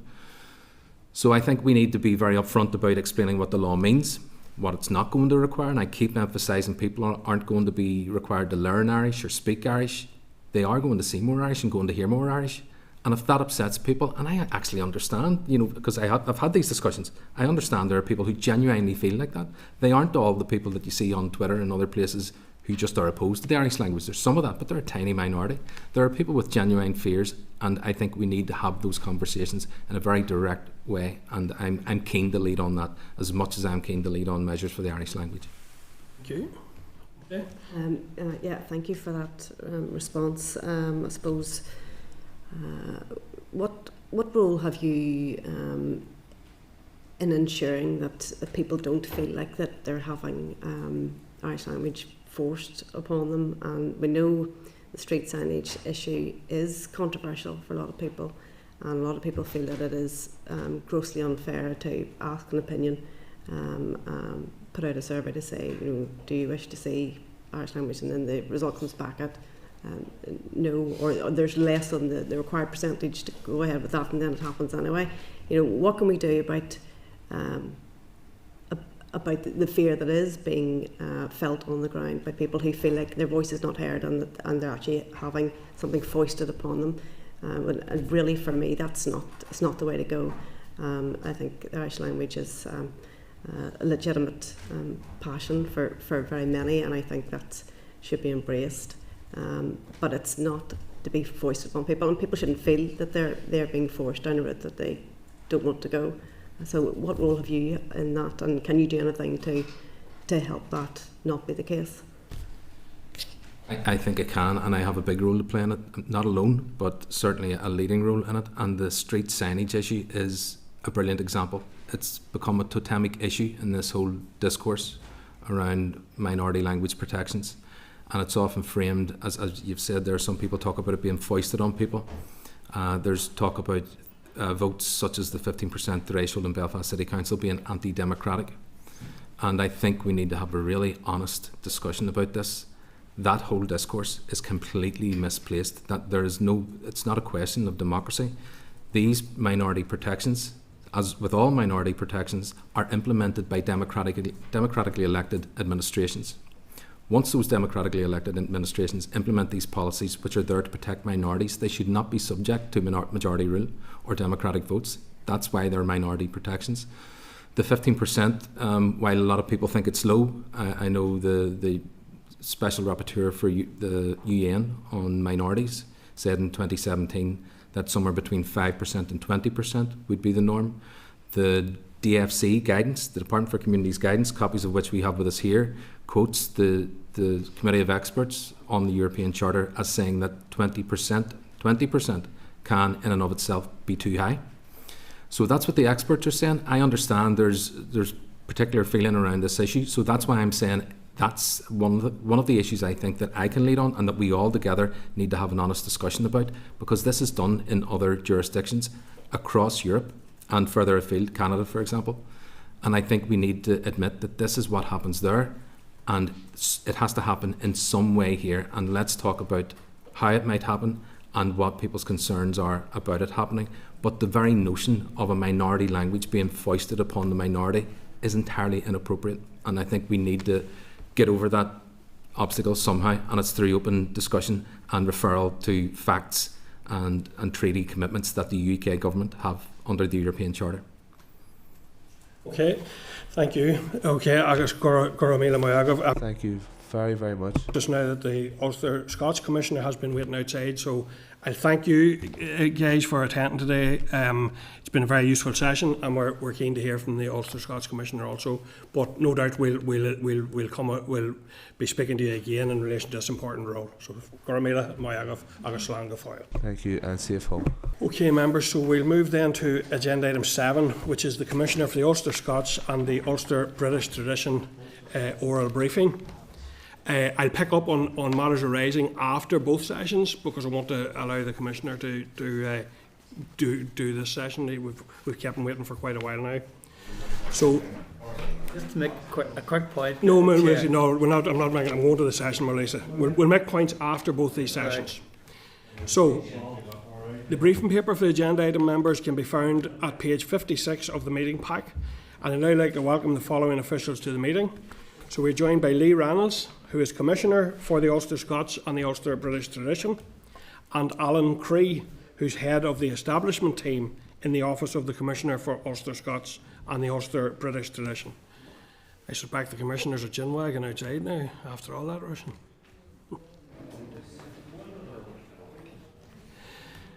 Good morning, still morning just about. Good morning, Lee and Alan.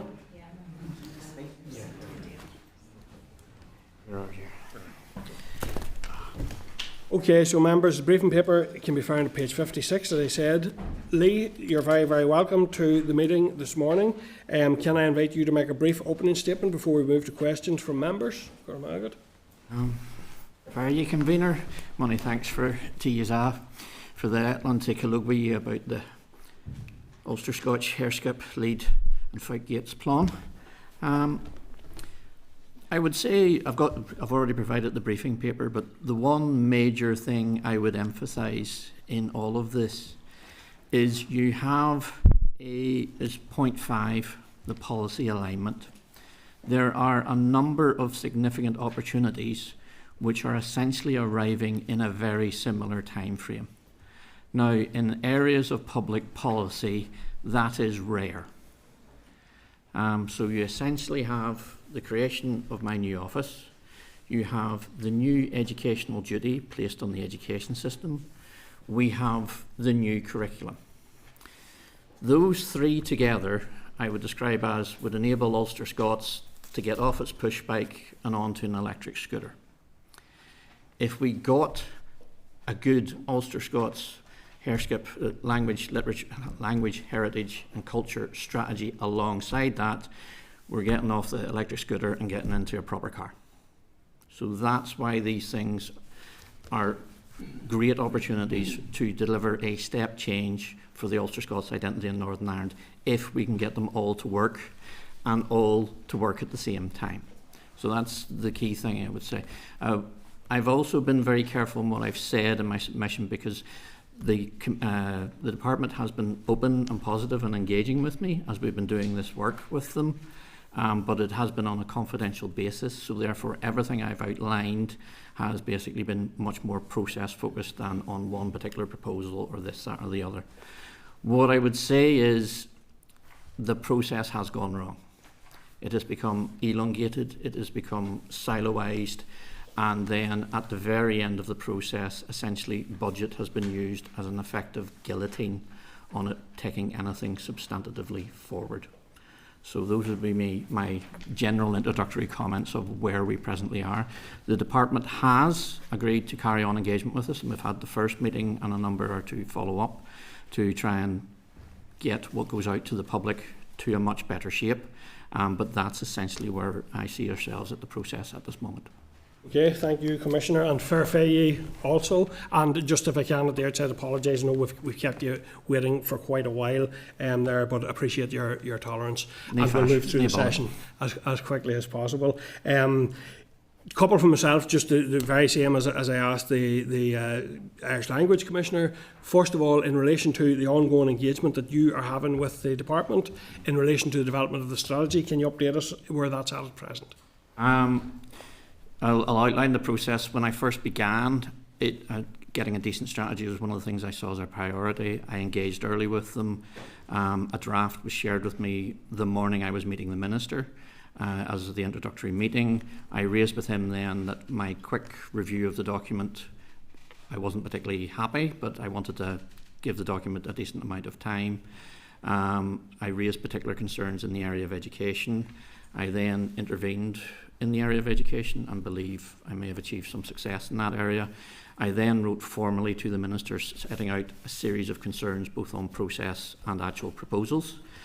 Following that, I got a letter from the Minister committing to engage, for officials to engage with me. We had the first two and a half hour meeting, long meeting with them, talking through some of the issues, and out of that there's at least 2 further meetings have been committed to. One, to work with the team that's developing the strategy on a deeper background thing for them, because you'll understand the process of civil servants moving from one position to other. It's sometimes useful to have someone as old as me who was there way back in the 1990s when some of this stuff was beginning again, that to take them through what has happened before, what was tried and didn't work, and why it, etc. So they want to sort of do some of that deep work as well. And then they're seeking a number of areas. They're asking for specific advice where I think public bodies or departments could be doing things and more proactive in terms of their commitments in the strategy. So that's where we're at this process. Thank you, appreciate that. And then the other one was around the importance of visibility in terms of the development of a language, be that the Irish language or the Héamlí tongue. What's the role of visibility in terms of promoting and developing language? My office works to 3 human rights documents: the Language Charter, the Framework Convention for National Minorities, and the Rights of the Child. So that's all that the work is based upon. What you will see, particularly from the Charter, there's sort of 3 key areas that they sort of stress the importance for the revival of a language, and that is education, media, and public space. So visibility is an essential part of that. I would also stress that the strategy is, there's a reason why it's an Ulster Scots strategy for culture, heritage and language, while the legal duty is around one for the Irish language.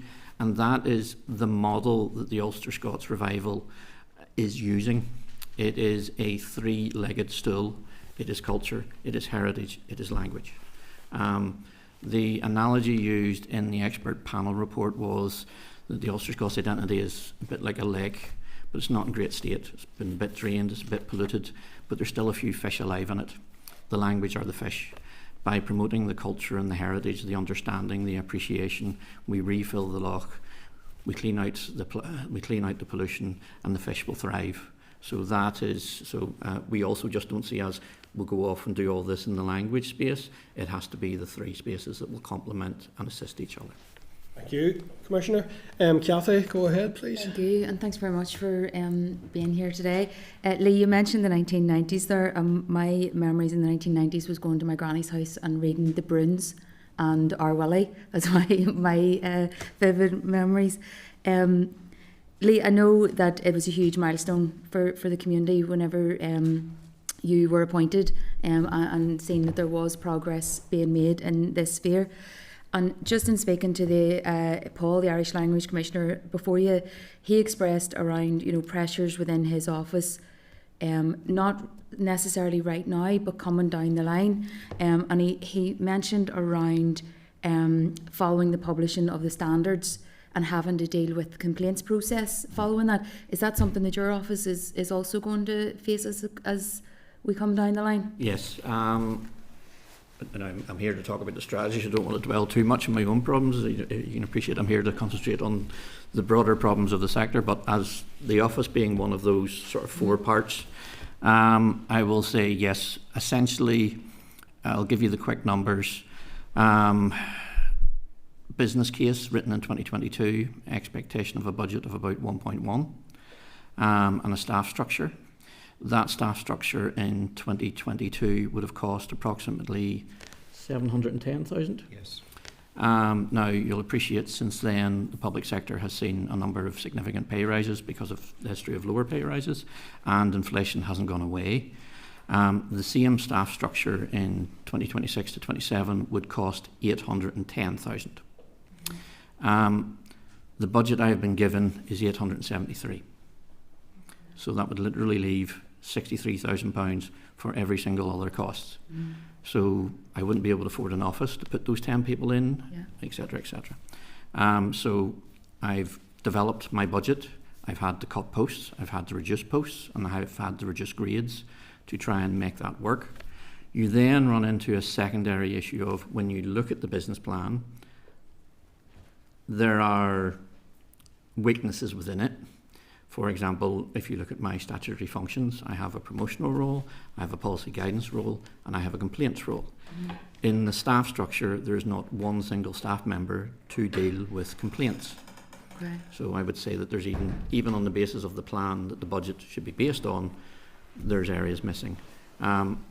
In my correspondence with the Executive Office, I've outlined that the budget as provided would not be sufficient for me to seriously fulfil my statutory functions, and that essentially I'm treating the budget as is to deliver the statutory duties I presently have. I've basically got 2 of the 3, and that if we wish to have a discussion about the third, the complaints, then I will have to have a resource discussion with them as well. Okay, thanks for that. Just briefly then, you mentioned around education, and I also sit in the education committee, so I'm really keen to hear, especially around, you mentioned there about the opportunity at the minute around the curriculum review, and I know there's a huge amount of work going on in that sphere at the minute. What engagement have you had around that? We did 2 things. We began engaging with the curriculum review as one of the early things. I'm one of the lucky few who've managed to wheedle my way into their launch in a few weeks' time to see where we're at in that process. The curriculum is very important in terms of the Ulster Scots identity revival, because the previous curriculum I would describe as Schrodinger's curriculum. If you wanted to find us in it, you could. If you didn't want to find us in it, you wouldn't. Okay. There was a breadth to it which said, oh, you could fit under this, you could fit under that, but equally there was nowhere saying Ulster Scots language, Ulster Scots culture, Ulster Scots heritage. So it was, if somebody went, you're not there, they could equally stand over that. So this is why it's vital. It's also vital because it coincides with the new legal duty. When I was going around engagement with various educational groups and sectoral bodies, it became clear to me the legal duty which would take effect in February 2025, that nothing substantive had been taken forward. And in my time, the way I describe it is I just don't want to be a professional gurner, a professional nierper. I saw that there was a problem. So I then engaged with education officials and with the Minister. And on the 7th of October, we will be holding a major conference looking at how we can get to the first 3-year implementation plan for that legal duty. So that's what we've been doing proactively in that sphere of education. Excellent. And I know, just really briefly, I know like even around the Irish language within it, which, CNG have had a huge role, and I'm sure even for signposting and directing around, specifically in that education sphere. But it's really positive to hear that conference is happening as well. And the other thing that's we've engaged with all sectoral bodies, because there's been a few people I've met have misinterpreted that legal duty applies across the education system. It applies to every sector, and we've engaged with every sector who've been willing to meet us, and we'll be seeking their participation in it as well. Thank you. Thank you. Thanks, Deputy Chair. Marisa? Faye. Faye. Sean, you're very welcome here today.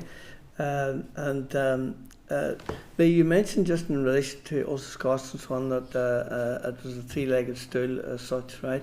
And had to incorporate all the different aspects of it. I was very familiar with a fairly strong Ulster Scots movement that you have in the Derry City. That's the Band Council area. I was a councillor there, and that's how I actually would have met with them at the time. And their emphasis probably wasn't so much on the language, it was more to do with all the other activities and around Ulster Scots culture and the likes. And yet and all, I would know from your own statement that it is important in terms of the language, and that the 3 legs of that stool are of the same length. Because in the event of them not being, you have a very, very shaky stool there. Don't want to sugar again. Yeah, so what does one do there in terms of your role to ensure that the language element of it is as strong as, say, the other elements to that stool? I would say that I know exactly who you're talking about there, the work of the Northwest Cultural Partnership and its various member groups and all the rest of it. But I can give 2 examples of some of the language work that they've started doing. For example, the Brady and Solus ones, if you go to their building, they've now started putting the language around the building. Also, they run a program whenever they're working with their dancers. They start doing word sheets, and it's getting them to talk to their grandparents and parents about words and meanings and things like that there. So even in areas like that, you can start to incorporate, and they have started doing those sort of things. I think there's the 2 challenges of the oral tradition of Ulster Scots is not universal across Northern Ireland. So some areas it is not as everyday as it would be. It's somebody in Lisbon is not using, is not speaking the same as someone in Dervic. Their knowledge of their use of day to day and who they use it with in terms of Ulster Scots, it's one's an Ulster English speaking area, one's an Ulster Scots speaking area. So many of them are of Ulster Scots heritage, but the language will not have been a feature of their life or their family's life, essentially for generations. So there is that of someone can have the identity, but the language bit hasn't been part of their particular inheritance. Now, obviously, that's something in the long term we need to counteract. There's then also, this is where education is key. And also, it's taking the opportunities of someone has an interest in this field. How can we bring the language into that field? For example, if we were able to do, as I do in Scotland, teach teachers in the teaching colleges Scottish country dancing, that could be then brought into the primary schools. But then you could not only be playing the tunes, but you could be showing them the songs, you can be showing them the lyrics to the songs, you can be teaching them the words. So it's finding all those opportunities. And this is where the strategy comes in. There has to be key institution building in terms of research areas and a unit team, don't really care what you call it, people who are starting to produce education materials for every stage of the education system as we build towards the long-term goals of getting recognised qualifications at the likes of GCSE and A-level. Okay. Lisa, I'm going to have to be very short. Just quickly on that, I know of one person who actually is a writer as well too, and that he said some people would describe me as writing in Ulster Scots. He says I write in a haha, meaning the local dialect as such. And that I see that as probably a mountain, we'll say, for the Ulster Scots group as well, to standardise in some respect. You run into that's an historical thing. People would have talked about speaking the Ballymena Scots or the Ballymoney Scots. It became the identification. The Scots marker was always there, but they took it as very localised. So that's, I'm not surprised. And there's also where we have to do a wee bit, there's a challenge of language speakers themselves, because I can think of another rhymer, another poet, and he's unsurprisingly, he's Thran, and he's a bit, if he doesn't know it, it's not Ulster Scots, but none of us know it all. Thank you. Okay, thanks, Melissa. Shan? Thank you very much, Chair, and good afternoon. Lee, and as someone who shared a council with you, I don't know how anybody could ever call you a professional nyarker. My goodness. But it's great to see you here, and I think one of the key things, I suppose, that I'm obviously being North Antrim MLA, I was really keen to try and look at the history and the etymology of all of this, and was delighted when I was able to bring the Ulster Scots Agency and their Denny Your Wish to Armoy, and I have my lovely little pin, and I went through my course. But for me, it was about the history of it, and then I think that the Northumbrian dialect and the Old English and things like that, that I suppose for me, as someone who didn't come from a background that had Ulster Scots firmly embedded in it, I was really surprised. So how will the strategy, I suppose, help to get that history and that I suppose for me it's that connection to the etymology, where this actually came from? Will that be part of the strategy? Will that be part of that, I suppose, that visibility in the public sphere and the education sphere? It should be, but without going into detail, it's an area that I have concerns that the strategy as drafted is weak, if not very weak. So therefore, that's one of the reasons why I've said hold on, I think everybody became too obsessed with just getting something out the door that what they're actually putting out the door isn't of anywhere near sufficient value. So holding back and getting it right is actually better than just pushing something out the door. Yeah, this is all essential to, there's a lovely term, cultural cringe. If you've been told someone is worthless, backward for decades, if not centuries, then that creates a aversion factor. And that has to be overcome.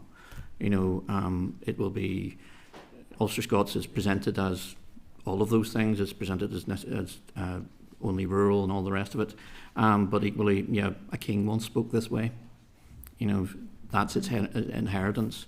If you're looking for a literary inheritance, you know, first major poem written, and it was by Barbara's Bruce almost a millennium ago. You know, so there's a whole inheritance there that people have not been made aware of or conscious of. And therefore, whenever someone has told them that what they have is worthless, too many have believed it. And one is getting those who already have it to see that they have something of deep cultural wealth, and also to convince those who have the cultural cringe that they've been misinformed, that actually they've cut themselves off from something, an identity, a language, a heritage and culture, which is very deep and very rich. Right, and then I suppose if you can delve into where the strategy is at the minute, are you confident in changes that may be made? What's the proposed timeline? And is there anything that you can share with us that you feel really has to be in that strategy? As briefly as you can, please, Commissioner. I would say, well, this is the challenge of, for this strategy to be foundational for the next 20 years, there must be institutional creation in these 5 years. Okay. And that's where it's reluctant in particular. And that's also where you run into the particular issue of budget, because creating these things isn't cheap. Thank you. Okay. Thank you, Mark. And thank you, Shan. I'm going to Mark. I think actually I should have went to you first, Mark, but anyway, I'm sure you'll not mind that. Mark, go ahead. Well, that's exactly what I was going to ask. I was thinking. No, fair play, Lee. Good to have you along, and thanks for the written submission, which I have to say is extremely cogent and actually nullifies the need for that many questions. It's pretty good, but it is important, and I think it's fair to say that we'd much rather see you in a car than on an electric scooter. But in terms of the A strategy versus this strategy, and it's kind of building on Shan's question there, how far off, and I mean, it seems like it's miles off, how far off this strategy is the draft? And then I'll roll the two questions into one. And in terms of challenge, you've outlined, I suppose, the difficulty in getting other departments to buy in, and maybe questioning whether DFC is trying that hard to get other departments to buy in and step in. Since your engagement, your early engagement with the minister that you've followed up on subsequently, has DFC even upped the ante in terms of challenge? I would get the sense that we are now in a better space than we were when I wrote my letter to the minister. DFC are indicating that some departments are now being more open and more willing to re-engage now than they had previously indicated. So I am more hopeful now that we can do something. DFC, I think, previously faced this double challenge of essentially there was a pressure to get the documents out. So then that restricted your ability to challenge someone who was going, no, I'm not going to do very much for you. So that became, it's like we need to produce something. They're just saying no. We can't afford to argue with them for another 3 months. We're just going to have to accept their no and move on.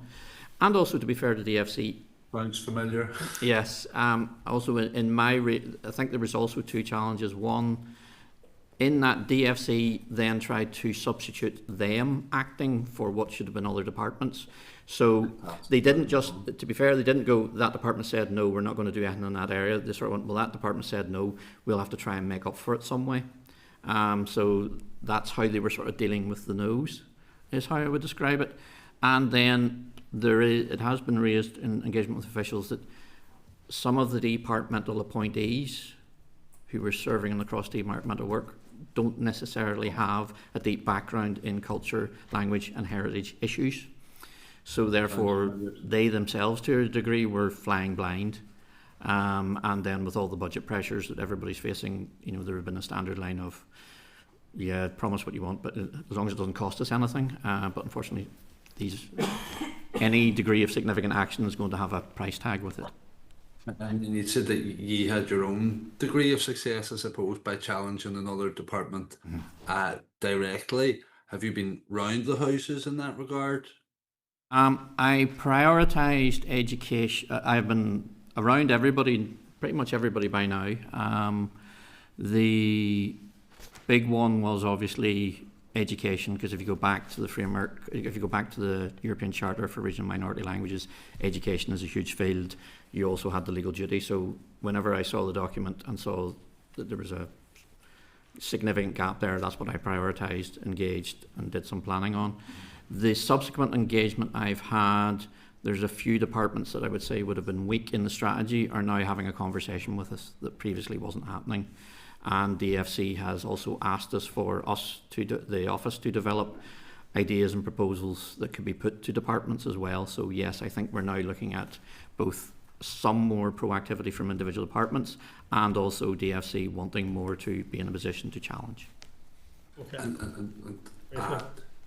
In the previous presentation from the Irish Language Commissioner, some members had raised the aspect of the politicisation of the Irish language. Do you feel that Ulster Scots has suffered as a consequence of that politicisation by somehow becoming the yin to Irish as yang, or involved in some degree of horse trading in that respect? It has happened and it can happen, and it is a risk that we have to be conscious of. The way I described the creation of the three new bodies, the Irish Language Commissioner, my office and the Office of Identity and Cultural Expression, was whether the parties and governments realised that they were essentially agreeing to a new infrastructure to try and promote a new conversation. And I think we lead by example in how we start that new conversation. So when I come to anybody or the likes of yourselves, I will base what I am asking for and advocating for on what was promised to Ulster Scots. I'm not basing anything on, you promised X, Y, so you have to give me Y as well. There's also the thing that has to be appreciated that in policy terms, I've said this before, that Ulster Scots then tended to be a bit of an afterthought or an oversight, or in policy terms, they thought the solution was to basically use a photocopier, or we'll do do one of those things in Word doc of remove this word and insert this word. And this is, again, back to the Ulster Scots model, has a different emphasis, so any policy needs to reflect that.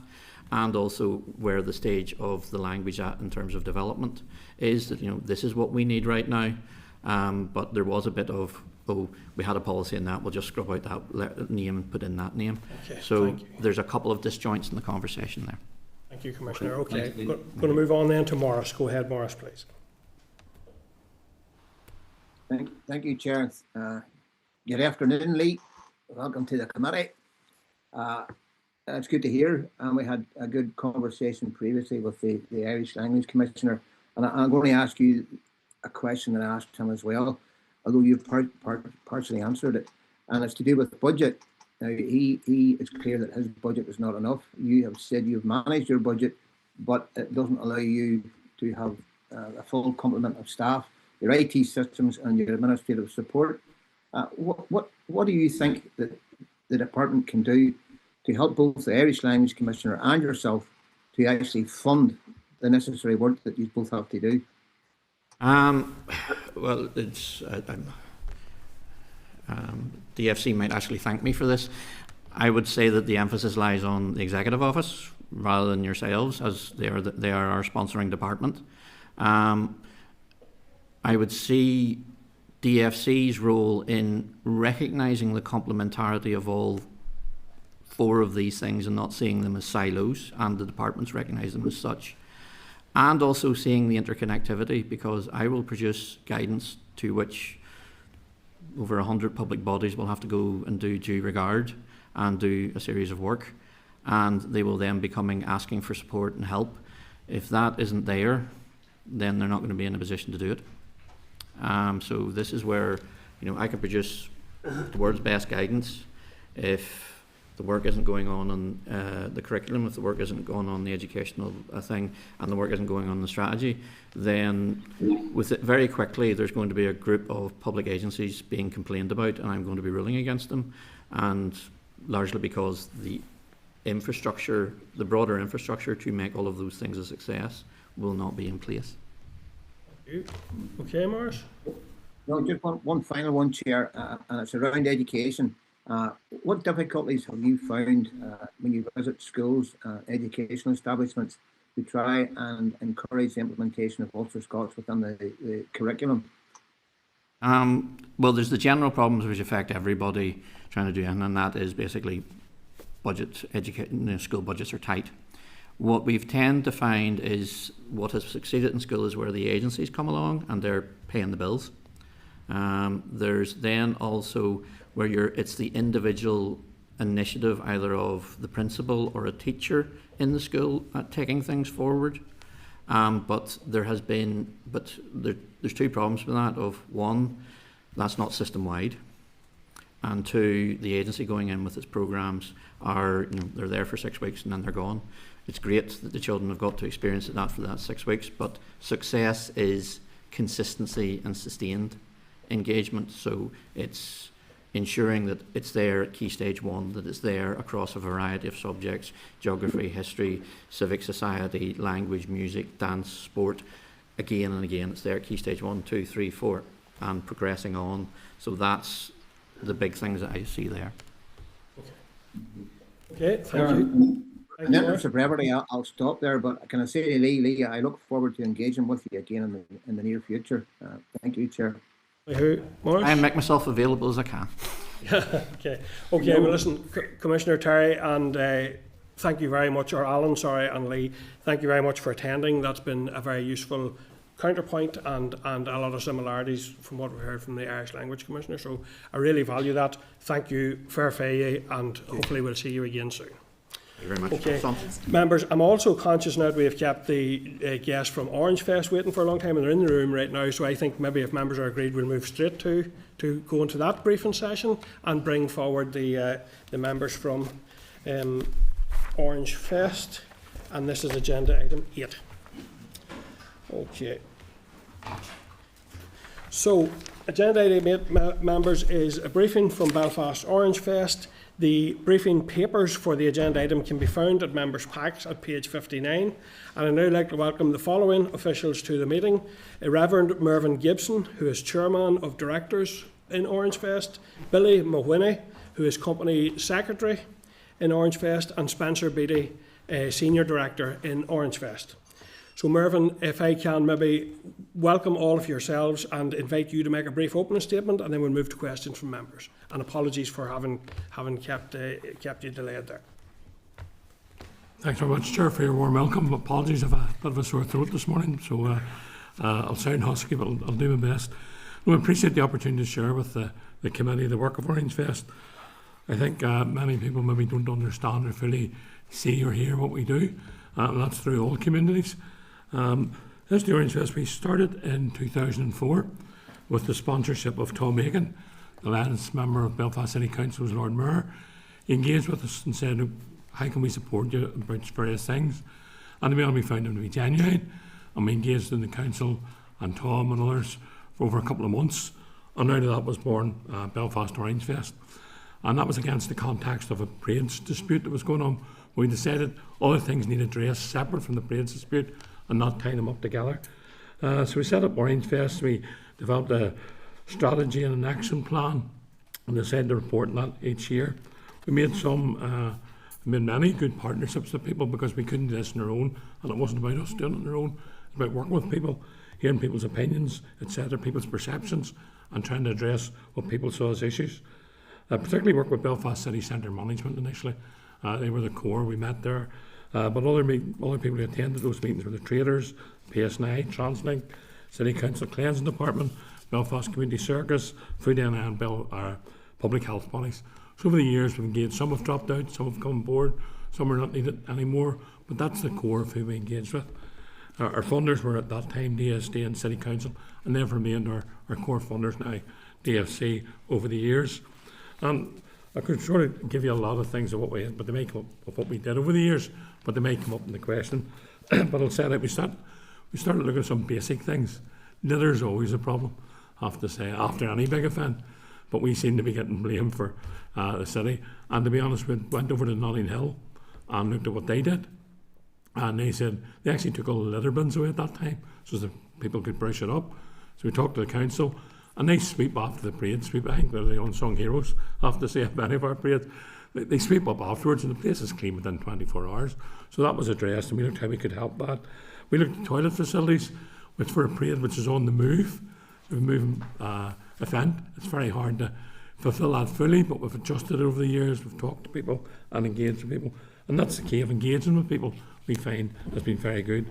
Then we got on to more specific topics, so like the city centre was dead on the 12th day, and we worked with the traders and kind of how could we open this, what needed to be done. We worked through that, and it took a couple of years, and to be honest, there had to be realisation of the facts of the day, and that it was a public holiday, so people didn't think about going and shopping. It was more people who maybe weren't interested in the parade would come shopping after it. We worked with them about opens and shop timings so it didn't clash when we were coming home. We worked with Translink how to get the workers in to their work, etc. And that went well, but equally for the traders, I don't think they get the financial reward that they probably were looking for, simply because that's not the type of day, but we do our best. We also introduced the Belfast City Circus, our community circus, and the Beat Initiative. They put on various events around the city, away from the parade, to keep people in the city. We opened up the front of City Hall with their permission, of course, and had a food festival, or food village there, where people could stay on and eat. So we were attracting people to say, when we weren't there, we were away at the field, we were away for 3 or 4, 5 hours before we come back, so people could be entertained. Several other things which we maybe come back to, but the two other main ones is we did a campaign about antisocial behaviour, because with any big event there's usually associated around alcohol, and we did a campaign about responsible drinking, probably our most successful thing and most public profile that we did over that time. And we had a campaign. It's about the bottle, not the bottle. I have to think how I always say it. I've got it mixed up once or twice. But it's about the bottle, not the bottle. And I have to say, everybody assisted in that. It wasn't a cheap campaign because we had adverts in buses, we took billboards, all sorts of things. But over several years it worked. And the police said they seen a reduction in antisocial behaviour. There was a reduction in on-street drinking because it's illegal to drink in public in Belfast. We had choke points there to take bottles off people, all different initiatives, police outside off licences, so they wouldn't be selling to younger people. But that was and it became a catchphrase actually. It's still with us, although we haven't mounted it as a campaign for a few years. That was probably one of the most successful and visible things. We worked with tourists, Visit Belfast, to help tourists understand what we're about. And then there was the engagement with the local population, because we realised not everybody's in the Orangefest. I'll tell a quick anecdote. We started off, I think the third year, we did a school's drawing competition, and the third prize was won by a drawing of a caravan. And we sort of had to ask about why that family went down to the caravan the 12th, and it wasn't theirs, but it was a good drawing. And so that helped us to accept that not everybody, and we knew that now, but not everybody was about the 12th. And there was trying to engagement with ethnic communities. I was trying to engage with nationalist communities. Some did. Sadly, CRC turned us down for a funding about a specific project, working with Roman Catholics and nationalists in Belfast. But we keep that going. We leaflet dropped East Belfast or West Belfast about what the parade was about. We took adverts in all 3 major papers what it was about. And people maybe not realise for several years a minister for the Republic of Ireland come up, and we stopped about the Ulster Hall, and the minister would come out and Spencer would give him a present and recognise him. Now, it wasn't overly publicised because there were still other things going on, but we engaged as best we could under the circumstances and with those who want to engage with us. Quickly, COVID seen a bit of a turn. Yeah. We went home 12th then, close to home 12th, or near to home 12th. They worked very successfully for us. But to be honest, we've never picked up from that. For city centre management disappeared, working with the council, traders don't seem to be as interested. So there's sort of issues we're facing now. And of course the big one, like everybody, funding. We can do so much more and keep doing what we're doing, but we're probably having to draw back on certain things. Sorry, maybe too long there. But thank you, and sorry to No, go, you're but right. I'm keen to get the members' questions. But listen, I could go on. that's all very interesting. And I suppose a couple from me before I come to our deputy chair, and then I have Pam indicating. But what do you see as the main public value of Orangefest? Is it primarily a cultural celebration, a family event, tourism opportunity, or good relations initiative? Or indeed is the combination of all of those? What's the key? I think it's all those things, I have to say. And some years we're more focused on one thing, because it's flavour of the month, shall we say. Other years we try to do them all, but we can't do them all to the best of our ability, because you've only so much fun and if you cut the cloth accordingly. Very much it is a cultural event. Very much we want people to enjoy it, both local people, and those who want to enjoy it, I have to say, both local people and tourists.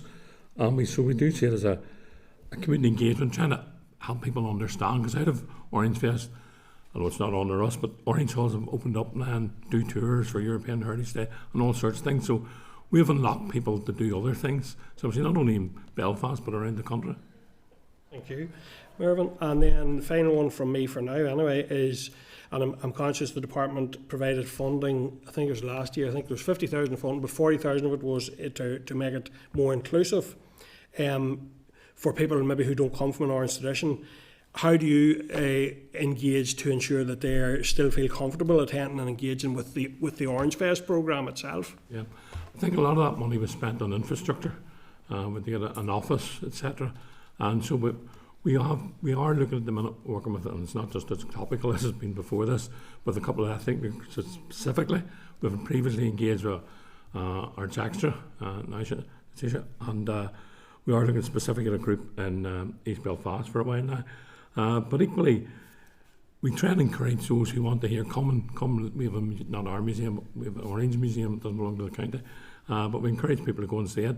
So we're open to, and we're looking at new ways to do that, because society's changed. I personally have said several years, I think relationships are worse now than were 10, 15 years ago we were doing this. So it's who we engage with, and how we engage that, and what people want to share with us. And we try and always try and make it as accessible as possible, but people do feel a bit, they're going to see that they're not used to that tradition. But we see an increase in people coming up from the Republic to see it, tourism, culture tourism, or curiosity tourism, to see. We see an increasing number of tourists come to Belfast, and again, you say some of these things sometimes, you're aiming at them. I had to drop out of the plane one day to wait in another lodge coming down. The guy beside me was Spanish. Of course, I did a bit of market research. We were just in town, and he says it was last year, and by chance, he says, I come back to see it. I thought it was brilliant. And when you say these things, this guy actually said this, so there are people doing that. Visit Belfast has been very supportive with translators, and the number of people that go there to, because we take over the windows, pay for it, take over the windows this week, so people go in, what's this about? And there's on the 12th day they have interpreters to help explain what it's about. And we continue to do leaflets, telling people where to stand, what's about, mainly aimed at tourists. We used to put them in all the hotels, but we're trying to move that more online now, because people do the research. We haven't been particularly social media savvy, but some of the money recently has went into that, and to explain what it's about, where best to watch the parade, because there are choke points. Indeed, we've used the Beat Carnival in the past to spread people out and put something on up here so people walk up there to see it, so they're all not congregating at areas and causing problems to the parade getting through, etc., and an enthusiasm to celebrate. So that's some of the things we've been doing to try and get other people to come along and see the parade. Thank you, appreciate that. And we did hear from the FLA back 2 weeks ago, I think now, and there's really good examples there of because I think there's a rich diversity, and the more all can contribute and to participate in, the better. So, Cathy, Pam, Morris and Melissa, and please be as brief as possible. Thanks, Chair. Thanks very much, Mervyn, Billy and Spencer for being here today. You mentioned there, Mervyn, around, the vast array of work that you're doing. I know that there's the three of you in front of us, but I'm sure there's a team of volunteers that are behind, because it's very often it's the volunteers that make all of this work. Yeah. And again, the Chair mentioned about having the FLA here a number of weeks ago, and one of the things they were saying is they couldn't do it without the manpower and the amount of volunteers. How important is that to Orangefest? Very much. So we had one member of staff coordinating all this and doing all the returns and keeping all the funders happy, which he did an extremely good job of. But what he called, no, we couldn't do it without our volunteers. The difficulty for us actually is the day you need volunteers was the 12th, and everybody wants to walk in the parade who's a member of the institution. So it's drawn other, that's where Belfast Community Circus come in, and others, Food Northern Ireland, come in with the village, things that we couldn't do ourselves, because every day they're busy in their bands, they're busy in whatever they're doing. So that's the day we need most volunteers, probably the day we've least to have to pay for people, but certainly in the run-up, another events, we had a festival in the football one last year, and that was all our volunteers did that because it was on a different Saturday away after the 12th. Festival in the park, I think it was called, and what do you call it? We that was all volunteers. People are free to do things, but run up to the 12th, yes, you get people on the day. We tend to have to buy things in. And look, people still volunteer, they're still doing things, but it's in relation to the field or where they're going. Pitch perfect. Pitch perfect. I couldn't get the name of it. I'm sorry. I knew it was something. Good job. You should look this way. You're right. That's great. Thanks for that. And then one of the things you mentioned there was around, the tourists and that coming in, and you mentioned in specific there about the Spanish guy. Do you have any data around that or anything that you can collect? And I know you mentioned your engagement with the traders and stuff too about the economic return. And the reason I'm asking is because, Mervyn, you mentioned around funding, and at every organisation that we speak to, funding is the issue. It's the top issue that they have. And very often having those figures is a way that they can back up funding applications and different things like that. So do you have any of that data? Yeah, every year we've done an annual report on the Belfast traders to the city centre. It dealt into that to say how much trades went up, went down, and shopping experience have changed over the years too, things like that. So with that, we've also the police would give us arrests. There was no arrests last 12th in Belfast, I think, for this past 2 years at all connected with the parade. So antisocial behaviour has been addressed. Not totally, you're always going to get some of them when there's a big crowd, no matter it's a festival or whether it's us. We've also, about the return of tourists, Belfast, we get visit Belfast as a breakdown, how many tourists they engaged, and that's gone up every year as well. So we have those figures and produce them. Same with the police about the drinking, they were able to give us statistics around that as well. So we have kept those statistics as much for ourselves and see if we're doing the right thing, because sometimes had to tweak it. Yeah. And it's like bottle not the bottle. We decided to put our money elsewhere because it had caught on, and you didn't need to necessarily keep promoting. You needed to be there in the background. But that was taking the core of our money that was then moved to other areas that were coming up new, whether it was tourism or trying to get other communities to come and join our watch. Brilliant, thank you. Thanks, Chair. Thank you. Pam, go ahead. Thank you, Chair, and thank you, gentlemen, for your attendance today at committee. It's obviously a great event for unionists and for myself every year at the 12th of July, and thank you for all the good work that you're doing and have continued to do for work, and it's been very positive. Belfast Orangefest has a clear cultural, community and economic value, so I wanted to ask you what further support or long-term planning would help to continue to grow as a positive family-friendly showcase for the city and for Northern Ireland.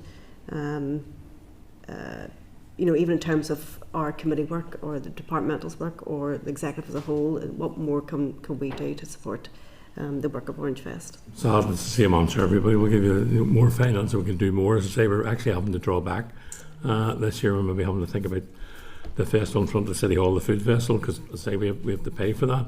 But because of the costs of rising, we're trying to do more. So we focus. But it also, and again, being in the community sector a lot myself, long-term funding, short-term contracts, you can do a one-off, but you can't. Well, can you follow that up next year, the next year, the next year? Or with long-term funding, same with everybody, you can plan better, and actually you'd spend your money better, because what you spent this year might be a one-off. You can't follow up, so you have to invent something new next year to do, or if the funding goes. So long-term funding and more funding, and we'd be quite happy to be specific about that. What can be done with that? What we're looking at, what areas need to be done, and equally it needs to be flexible enough with. In our case, some enter stage right or stage left. You have to adapt to that, or there's some new in the context of the community you have to deal with. But we try to pick a theme every year too and stick to that. But we're also trying to roll it out, not just around the 12th of July, run our other events like Pitch Perfect and our working with schools more an educational role and building people's knowledge up. And again, challenging perceptions in all communities, not just obviously the national community for us, but even their own community. People don't understand things. We don't overly involve ourselves, but work with bonfires groups. We've issued leaflets, we have a bonfire leaflet that anybody wants it. Anyone wants somebody come and talk to them about it, we'll do that with local bonfire groups. So we're engaging regularly with what's going on around us as well. And our core focus, of course, is the 12th and making it more acceptable and more enjoyable for everybody. But certainly we're branching out more, and we can do more of that as well. I know Spencer wants to add anything. No, that's fine. Okay, thank you. Thank you. Okay, Morris, go ahead.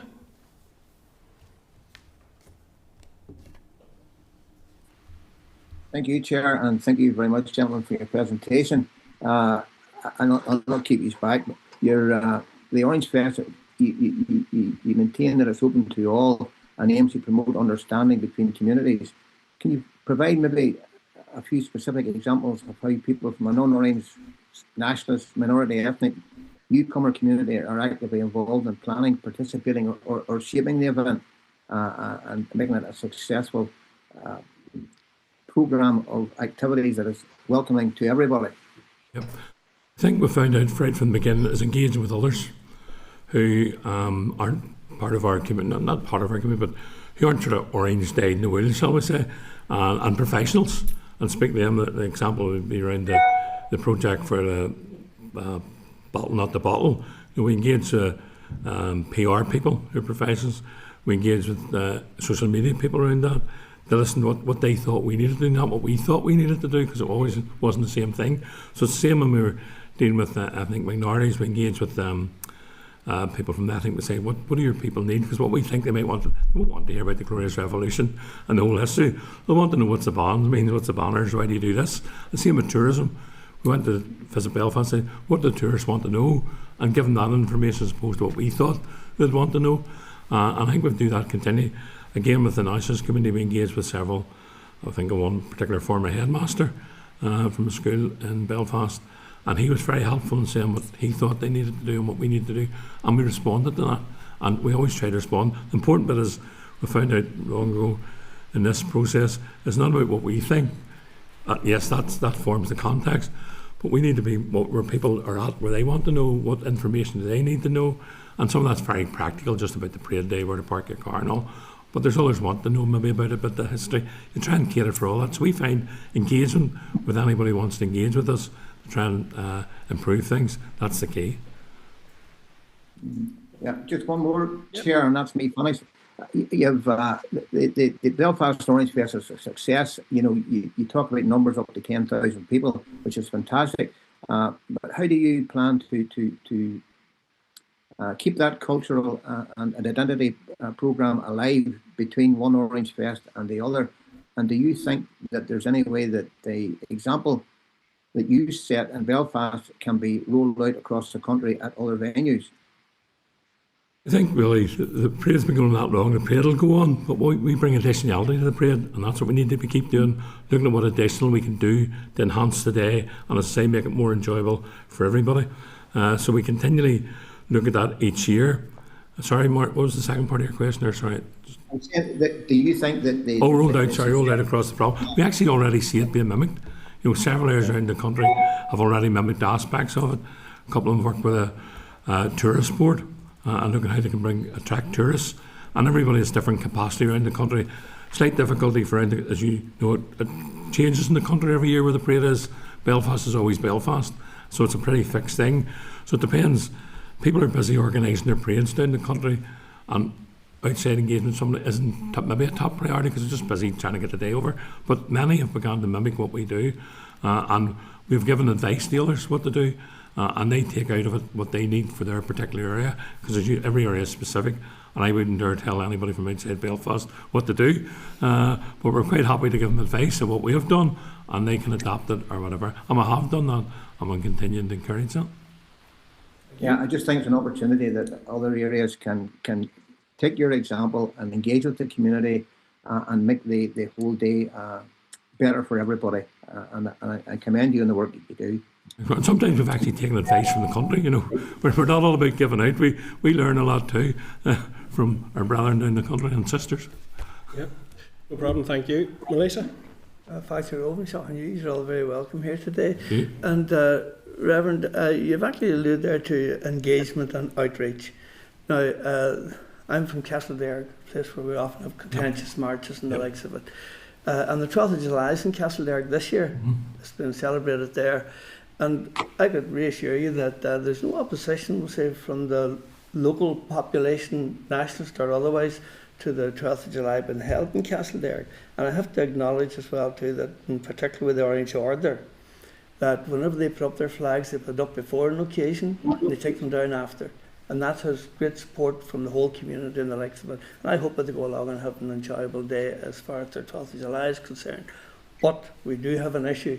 We have an issue at the same time that already in Castleberg town since the beginning of June, every single lamppost in the area is decorated with not one but 2 and 3 and 4 Union flags or other flags, all of a nature and the way that whereby the greater population just find it offensive. And I'm hearing that from both Catholics and Protestants. They said, what is the need for all this? So I asked the question that whenever you talk about the success of Orangefest and outreach, does that extend to sort of addressing those people, we'll say, within our community who would be seen to be responsible for that is only but contributing to bad community relations and is taken away from the 12th of July and the fact that the people come there to enjoy their day and then go home again after it and the likes of it. But this is a lead into it that we definitely don't like. So would you have an opinion on that? I can't speak locally, obviously, for Castleberg, and every area, as I say, has different dynamics and how things evolve, how they've suffered in the past. All those things play into it. So I can't speak specifically. We actually ourselves don't put up flags in Belfast. We support them going up, and we support that flags go up and come down. I think there should be agreed dates for that. But I think every community, even in Belfast, you'll find in some areas it's more acceptable, other areas it's not. Some people, but people call me, can a flag be taken down in the middle of a loyalist estate in Belfast? You're going, well, I didn't put it up, but equally, you have to be realistic about these things. So local solutions have to be found for flags going up in local areas. We'll play our part in Belfast where that needs to be done, and we are consulted and asked about things and talk to the people who put them up, and some of them may be our members in local lodge, some may not be.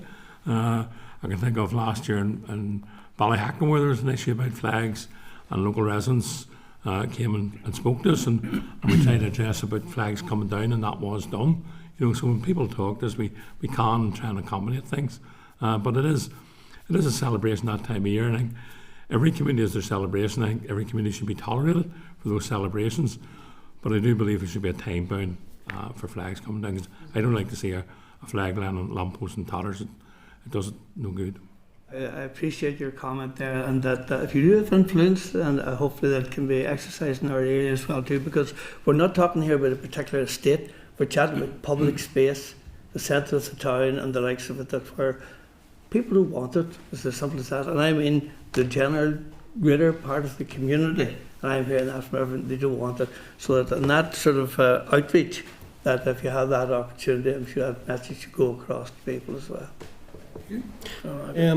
Sean, go ahead, Sean. Thank you very much, and thank you all to our panel for the briefing. I'm glad to hear that learning is also being taken from the country. Lots of learning from the country could be had in Belfast, as someone who's been in both.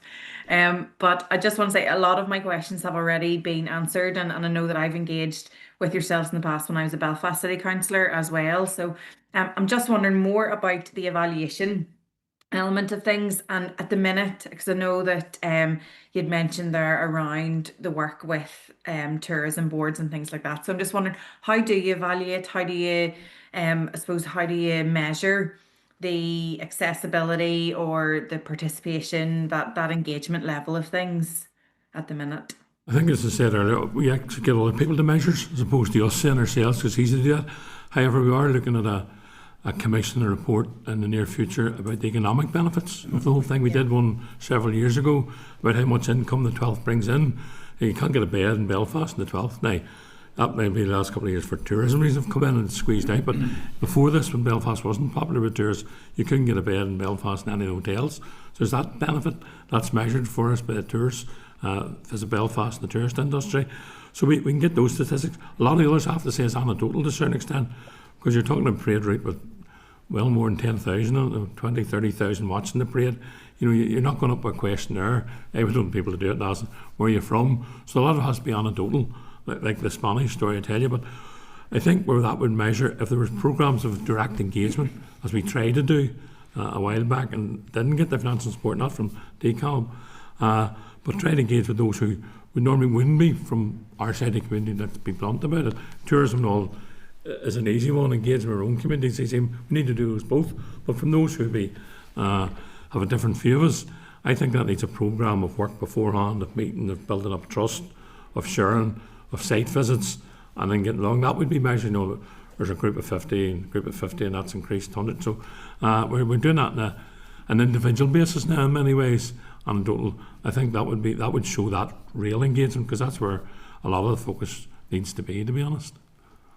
Yeah, and I know from someone from a Catholic background, but from a rural background, I would have spent the 12th of July going to see small rural parades, and there was very much, you know, there was less fear about that when I spoke to Belfast peers. I think there's something a bit more frightening and a bit more because of the unknown. So it is that breaking down of education. So I would really support that kind of, particularly around the likes of the arts, and your engagement with BEAT is brilliant. And I think anything that we can do to break down those barriers and to make it more inclusive, and just to, I suppose, to myth bust, I think would be really quite useful.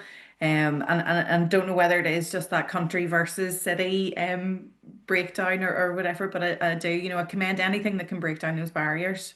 I don't buy into the city of Belfast. I think we're all one with just different issues we face. But just a quick anecdote about learning from others. And watched St Patrick's Day parade one year, and the meeting of this massive bike. You know, several people pitched down. The boy went round the pedal. He was dressed like a Donegal man, tweed waistcoat and a cap. We went to the beat. He was out on the 12th day with a sash around his neck leading the parade. So we picked up some tips there, and we adapted from there. And again, the same resources, because it was already built. All we had to do was hire it out. So we do, and that's to try and break it down. It's more festival with floats in our parade, that type of thing. But years of perception is hard to break down them, and we have to be realistic. We come through serious trouble. So breaking those perceptions down that were evolved over them or hardened over that period isn't going to come overnight, but we'll continue to try to do that. Okay, thank you, and thank you, members. That's been really useful. And we're going to take a short break now, members, because we're looking to get a photograph. But also, I just want to say, and I want to say this, and I'm certainly not, I'm saying it as a comment because I don't think it would be fair or relevant to put it to you. I was really interested to hear some of that good work that's being done, particularly the issue around reaching out to ethnic minorities, and that's really current at the present time, because I think there's a fear out there, and any contact and reassurance is hugely welcome. We're talking about what the country can learn from the city, and I do want to say I would love it genuinely if in my own constituency in McGashel we've seen imagery in the past couple of years which is specifically targeting ethnic minorities, and I think that's hugely off-putting. I'm not putting that around your necks at all. I would love if they would pick up some of the example of the work that you're saying, and understand that in an area that is diverse such as ours, reaching out would be much more. And I think actually it underpins the value of the work you're doing rather than undermine it. So I just want to, because I can't not say it, but I think it's relevant, and I think there's learning there. And I think that's been a really useful session in terms of you having the opportunity to set out that work, and hopefully that's being heard more widely. So thank you, members. If members are agreed, we'll take a short break now, and then we'll resume. We'll take about a 5-minute break. If members on screen can put on your camera, if you have that available, we can get... Committee Room 29. Sound.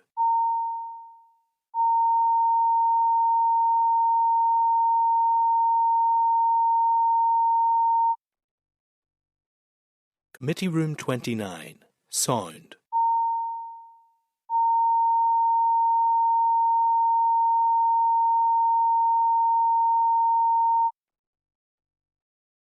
Committee Room 29. Sound.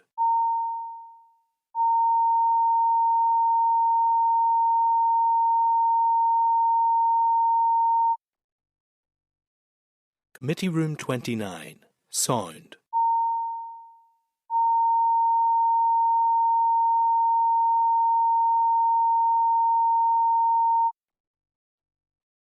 Committee Room 29. Sound.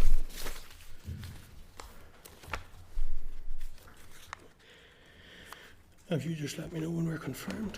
That you confirmed live.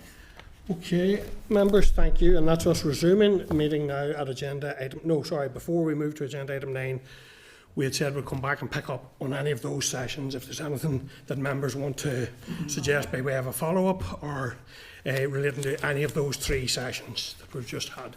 Cathy? It's more, it's not really an action, it's more to note. I think it was brilliant witnesses we've had in today, and it was really, really informative.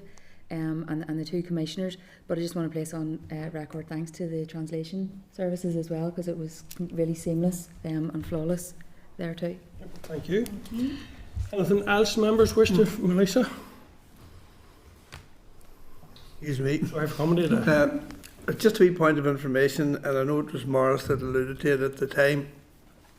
Can I point out that Mandarin is not a threatened language as such? And now we do talk about minority languages and the likes of it, and we are talking then about the European derivative, we'll say, decision on protection of language that are endangered one way or the other. But whenever you do look at all those other languages, whether it's Mandarin or, let's say, even people from India, there's quite a number of them here as well too, in this country, where there may be a minority of them that speak their language. It's not a threatened language as what Irish and even the Ulster Scot is.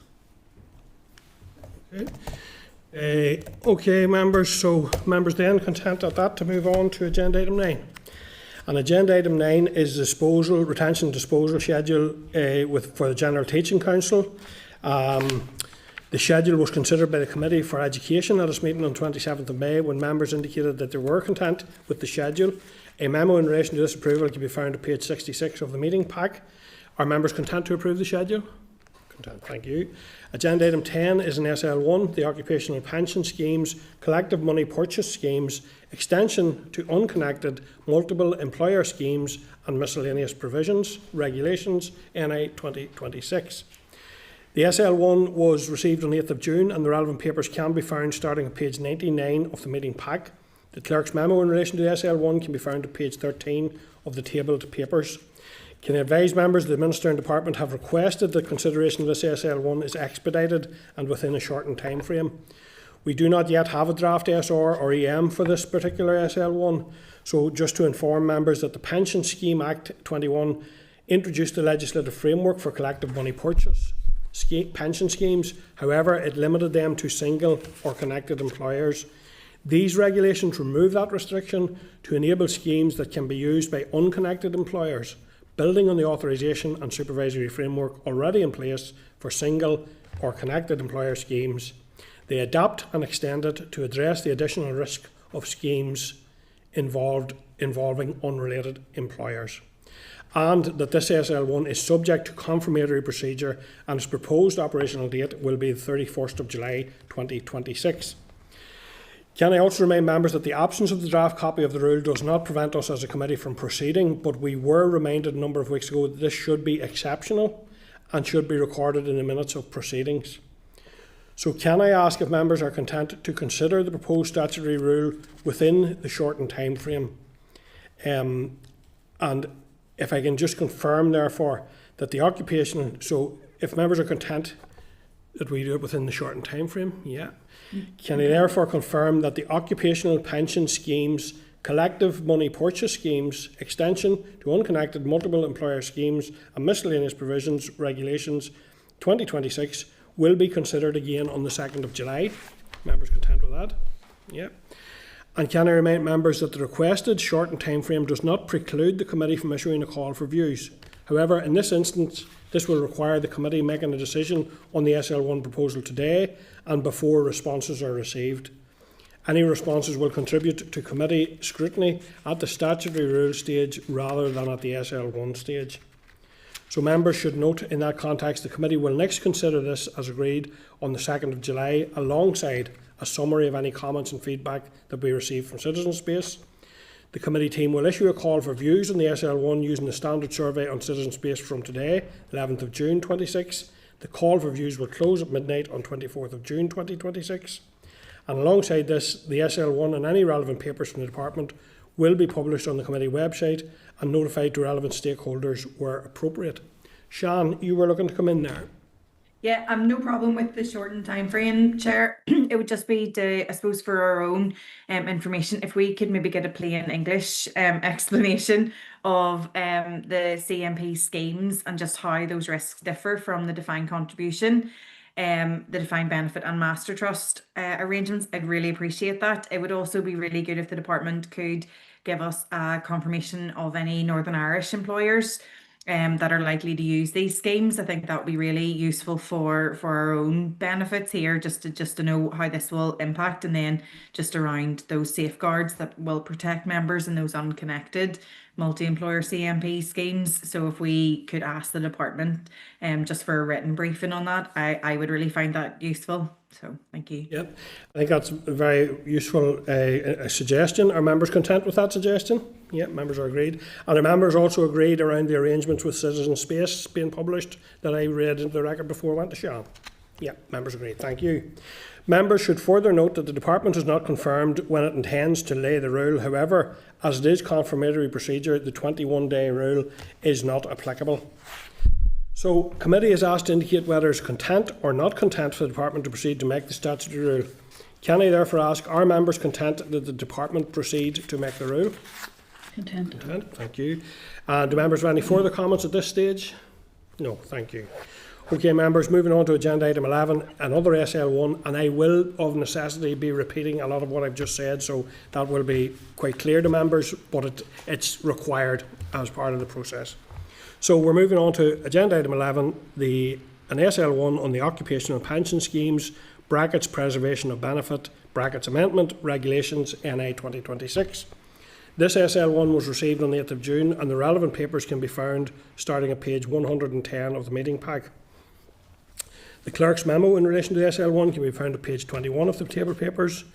I will advise that the Minister and Department have requested that consideration of this SL1 is also expedited and within a shortened time frame. We don't have the draft SR or EM for this second SL1 either. So members, just to inform you, the statutory rule is consequential to the previous SL1 we've just discussed. The rule makes a technical amendment to the Occupational and Pension Schemes Preservation of Benefit Regulations 1991 to enable bulk transfers of defined contribution pension benefits to collective money purchase, which is the one we mentioned earlier, schemes without requiring individual member consent. And that this SL1 is subject to negative procedure, and its proposed operational date is also 31st of July 2026. So can I ask if members are content to also consider this proposed statutory rule within the shortened time frame? Are members content with that? Yeah. And Chair, I should declare not just there, I have an occupational pension as it is. Okay. Thank you, Marisa. So can I confirm therefore that the Occupational Pension Scheme Preservation of Benefit Amendment Regulations will be considered again on the 2nd of July? Thank you. Can I remind members the shortened time frame does not preclude the committee from issuing a call for views, but as I said earlier, any responses will contribute to scrutiny at the statutory rule stage rather than at this SL1 stage. So members should note that the committee will next consider this as agreed on 2nd of July, alongside a summary of any comments and feedbacks received from Citizen Space. The committee team will issue a call for views on the SL1 using the standard survey on Citizen Space from today, 11th of June, and the call for views will close at midnight on 24th of June 2026. Alongside this, the SL1 and any relevant papers from the department will be published on the committee website and notified to relevant stakeholders where appropriate. Are members agreed? Great, thank you, members.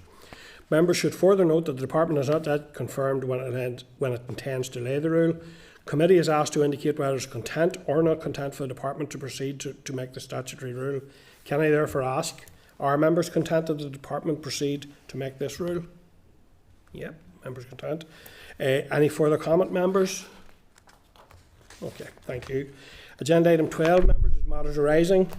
There's a summary table there, page 122. We've just a couple of responses to go through this week.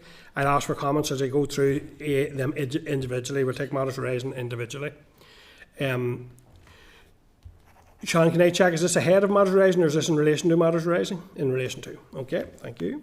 So members, item 12.2 is a fulsome written briefing from NIHE regarding the consistency and effectiveness of child rights impact assessments and EQIAs following our request in relation to the substance of the Head of Civil Service response. Do members have any comments or views? So we'll go to Sean and then Cathy. Sean? Yeah, this is something that has been causing me really big concern, Chair, and I think this has just kind of highlighted the inconsistency of it. So I think in the aspects of trying to save time, I know we're running over, I was wondering, could we please write to both our own permanent secretary, but potentially maybe the permanent secretary group as a whole, for all departments, and ask that this is, or maybe it's better to write to TEO. I'm happy to take any kind of, I suppose, a guidance from the rest of the committee, but I think actually highlighting this response to other departments is really important. We need to have consistency here, and at the end of the day, if we are going to be child rights compliant, we need to be making sure that CREAs are done as standard and as fulsome as possible to understand the impact of this policy decisions on children.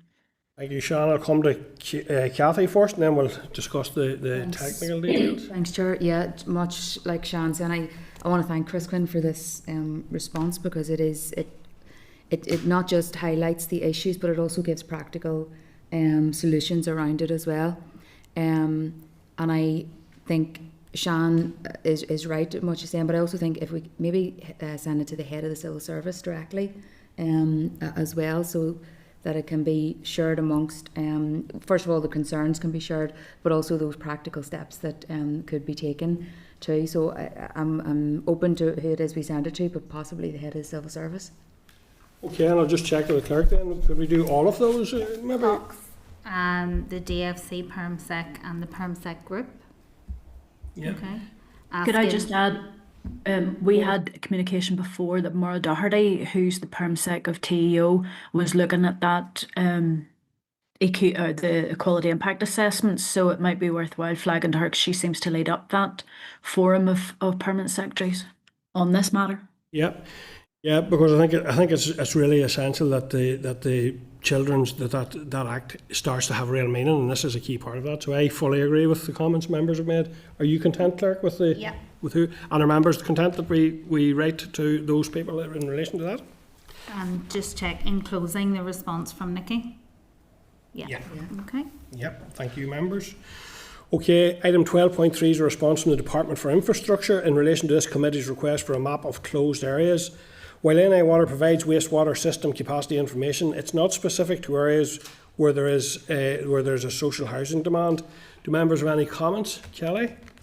Yes, thank you very much, Chair. I get the comment back from the infrastructure that they don't map out their closed areas against housing, but they've admitted now that it's available online. I think we need to go back to the Department for Communities now and the Housing Executive to ask them to, using the Northern Ireland Waters maps, can they confirm where the areas of need are highlighted and where those two parts overlap.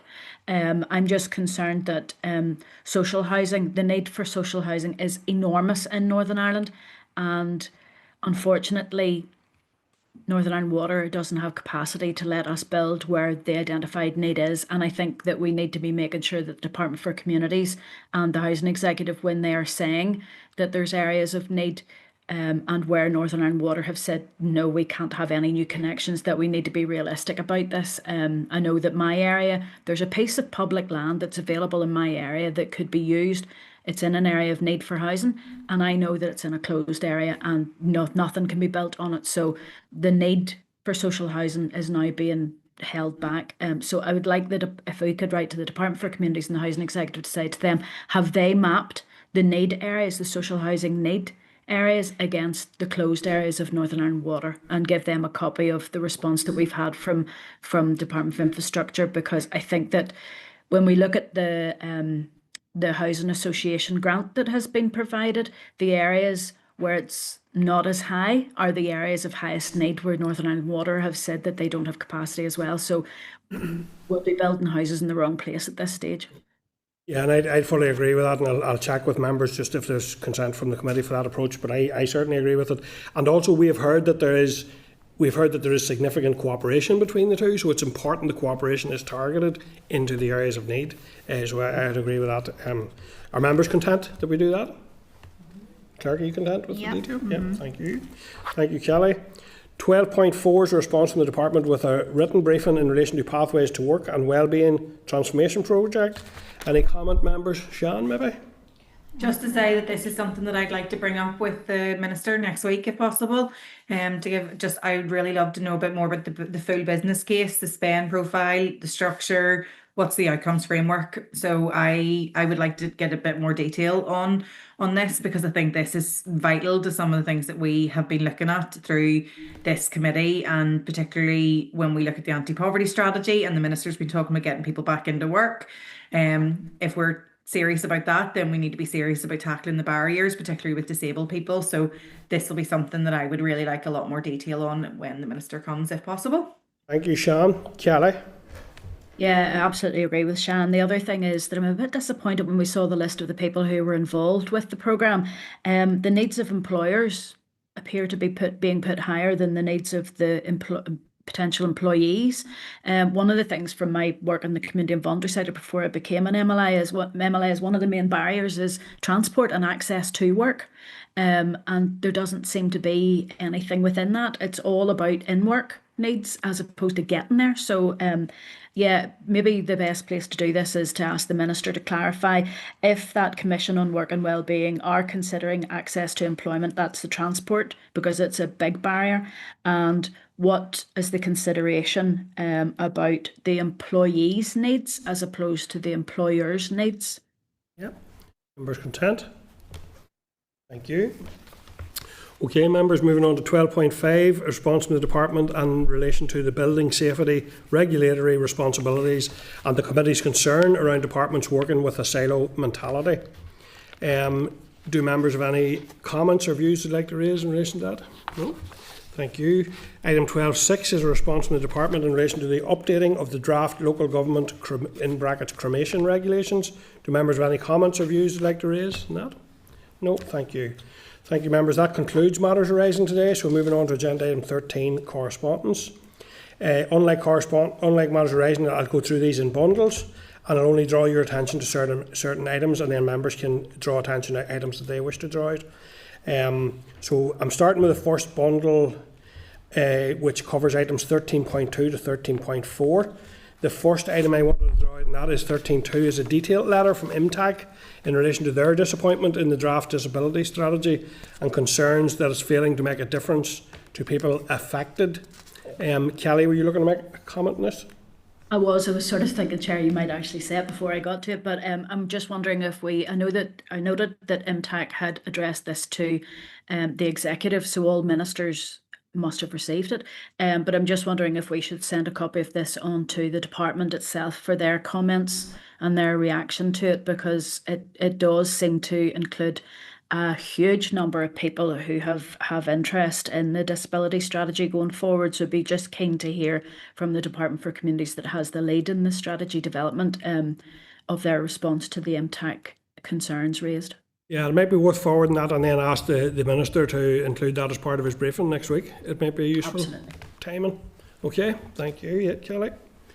Clerk, you can handle that, and members content? Yeah. 13.3 is correspondence from NIHE requesting to brief the committee on the impact of local growth fund cuts on the community and voluntary sector. Are members content to schedule a further briefing from NIHE? That'll be post-summer recess now, given pressures. Yeah.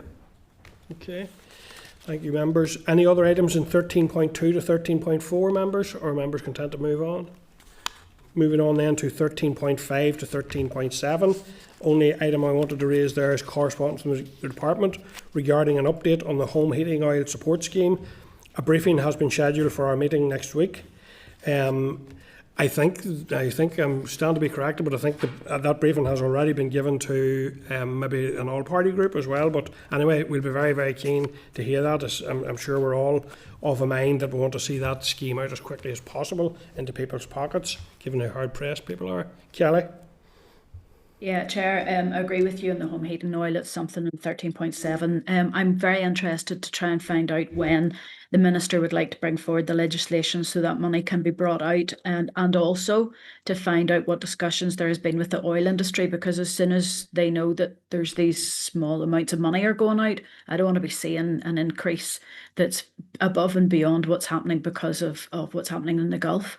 The other one, just Chair, 13.5. I was just wondering if we, on the back of this, the probation board's work there, if we could write to the Housing Executive for an update on the allocation scheme and how they're considering dealing with people who are on probation. I know that there's some will be living in particular areas in approved accommodation, but I'm keen to find out how complex lives and the housing allocation points are being considered when it comes to people who are through the gate, who have left prison and are in the community, and perhaps even coming out of those approved premises that the probation board talks about. Yep, members content with that? Okay, anything else in 13.5 to 13.7, members? No. Can I just draw members' attention to the fact that a number of committee members have received an email in relation to a complaint around social media posting? Could I suggest that we provide that to members in next week's pack, and to give all members a chance to look at it, and then we can go back to a decision on that based on that information? Members Agreed. content? Thank you. Okay, members, that concludes correspondence today. Moving on to agenda item 14, the Forward Work Programme, a copy of which is at page 226. Do members have any comments, or are you content to note the Forward Work Programme? Content. Thank you, members. Agenda item 15, any other business? Do members have any other business today? What there is? No, thank you. Members, therefore, moving to agenda item 16. Shan, go ahead. Sorry, Chair. It's just what I was mentioning about the start. If we could write a letter to the Minister around Section 62 of the Houses of Multiple Occupation Act around the need for, I think it's Belfast City Council, to publish lists of HMOs. I note that when I checked online at the start of this meeting, Belfast City Councils appeared to have removed the list, but that is within that Section 62. So I'm just wondering, can we write to the Minister and get that formalised? I don't think it's helpful at this time to have lists of HMOs publicly available. As we know, HMOs can be they can be occupied by students, by people on universal credit who can only get a single room allowance, all of that. So if we can write to the Minister around that Section 62, that would be great. Thank you. Yeah, I think that's very valid in terms of our role to assist and advise, so thank you, Sean. Okay, members, thank you. Moving on then to agenda item 16, date, time and location of next meeting. Our next meeting will be at 10 a.m. on Thursday 18th of June 2026 here in room 29. Members, Goramila Mila Moyagov, that was a busy session, but thank you all and good luck till next week. Yeah, no, I did. Yeah. So could we go to broadcasting, please, and it'll take a... Committee Room 29, Sound.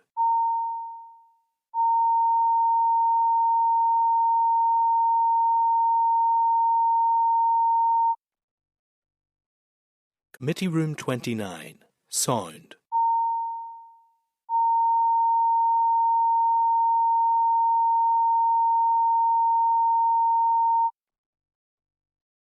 Committee Room 29, Sound.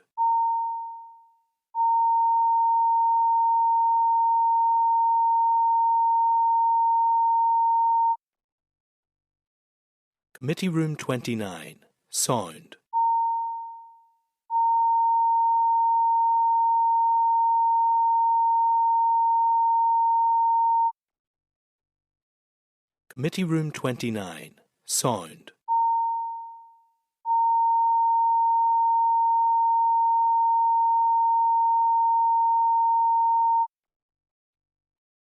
Committee Room 29, Sound.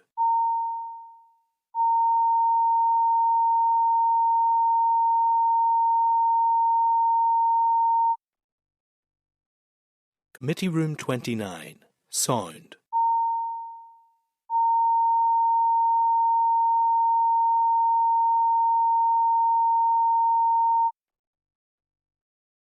Committee Room 29, Sound. Committee Room 29, Sound.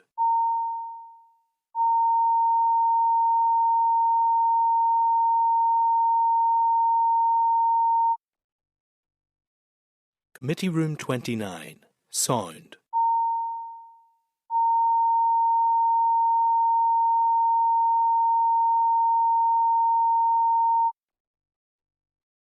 Committee Room 29, Sound.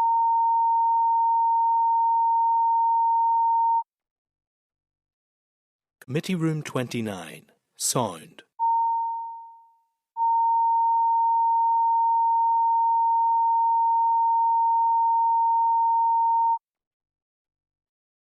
Committee Room 29, sound.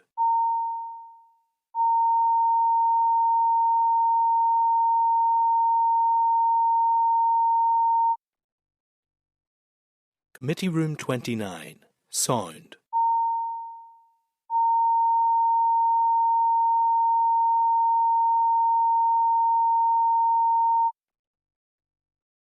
Committee Room 29, sound.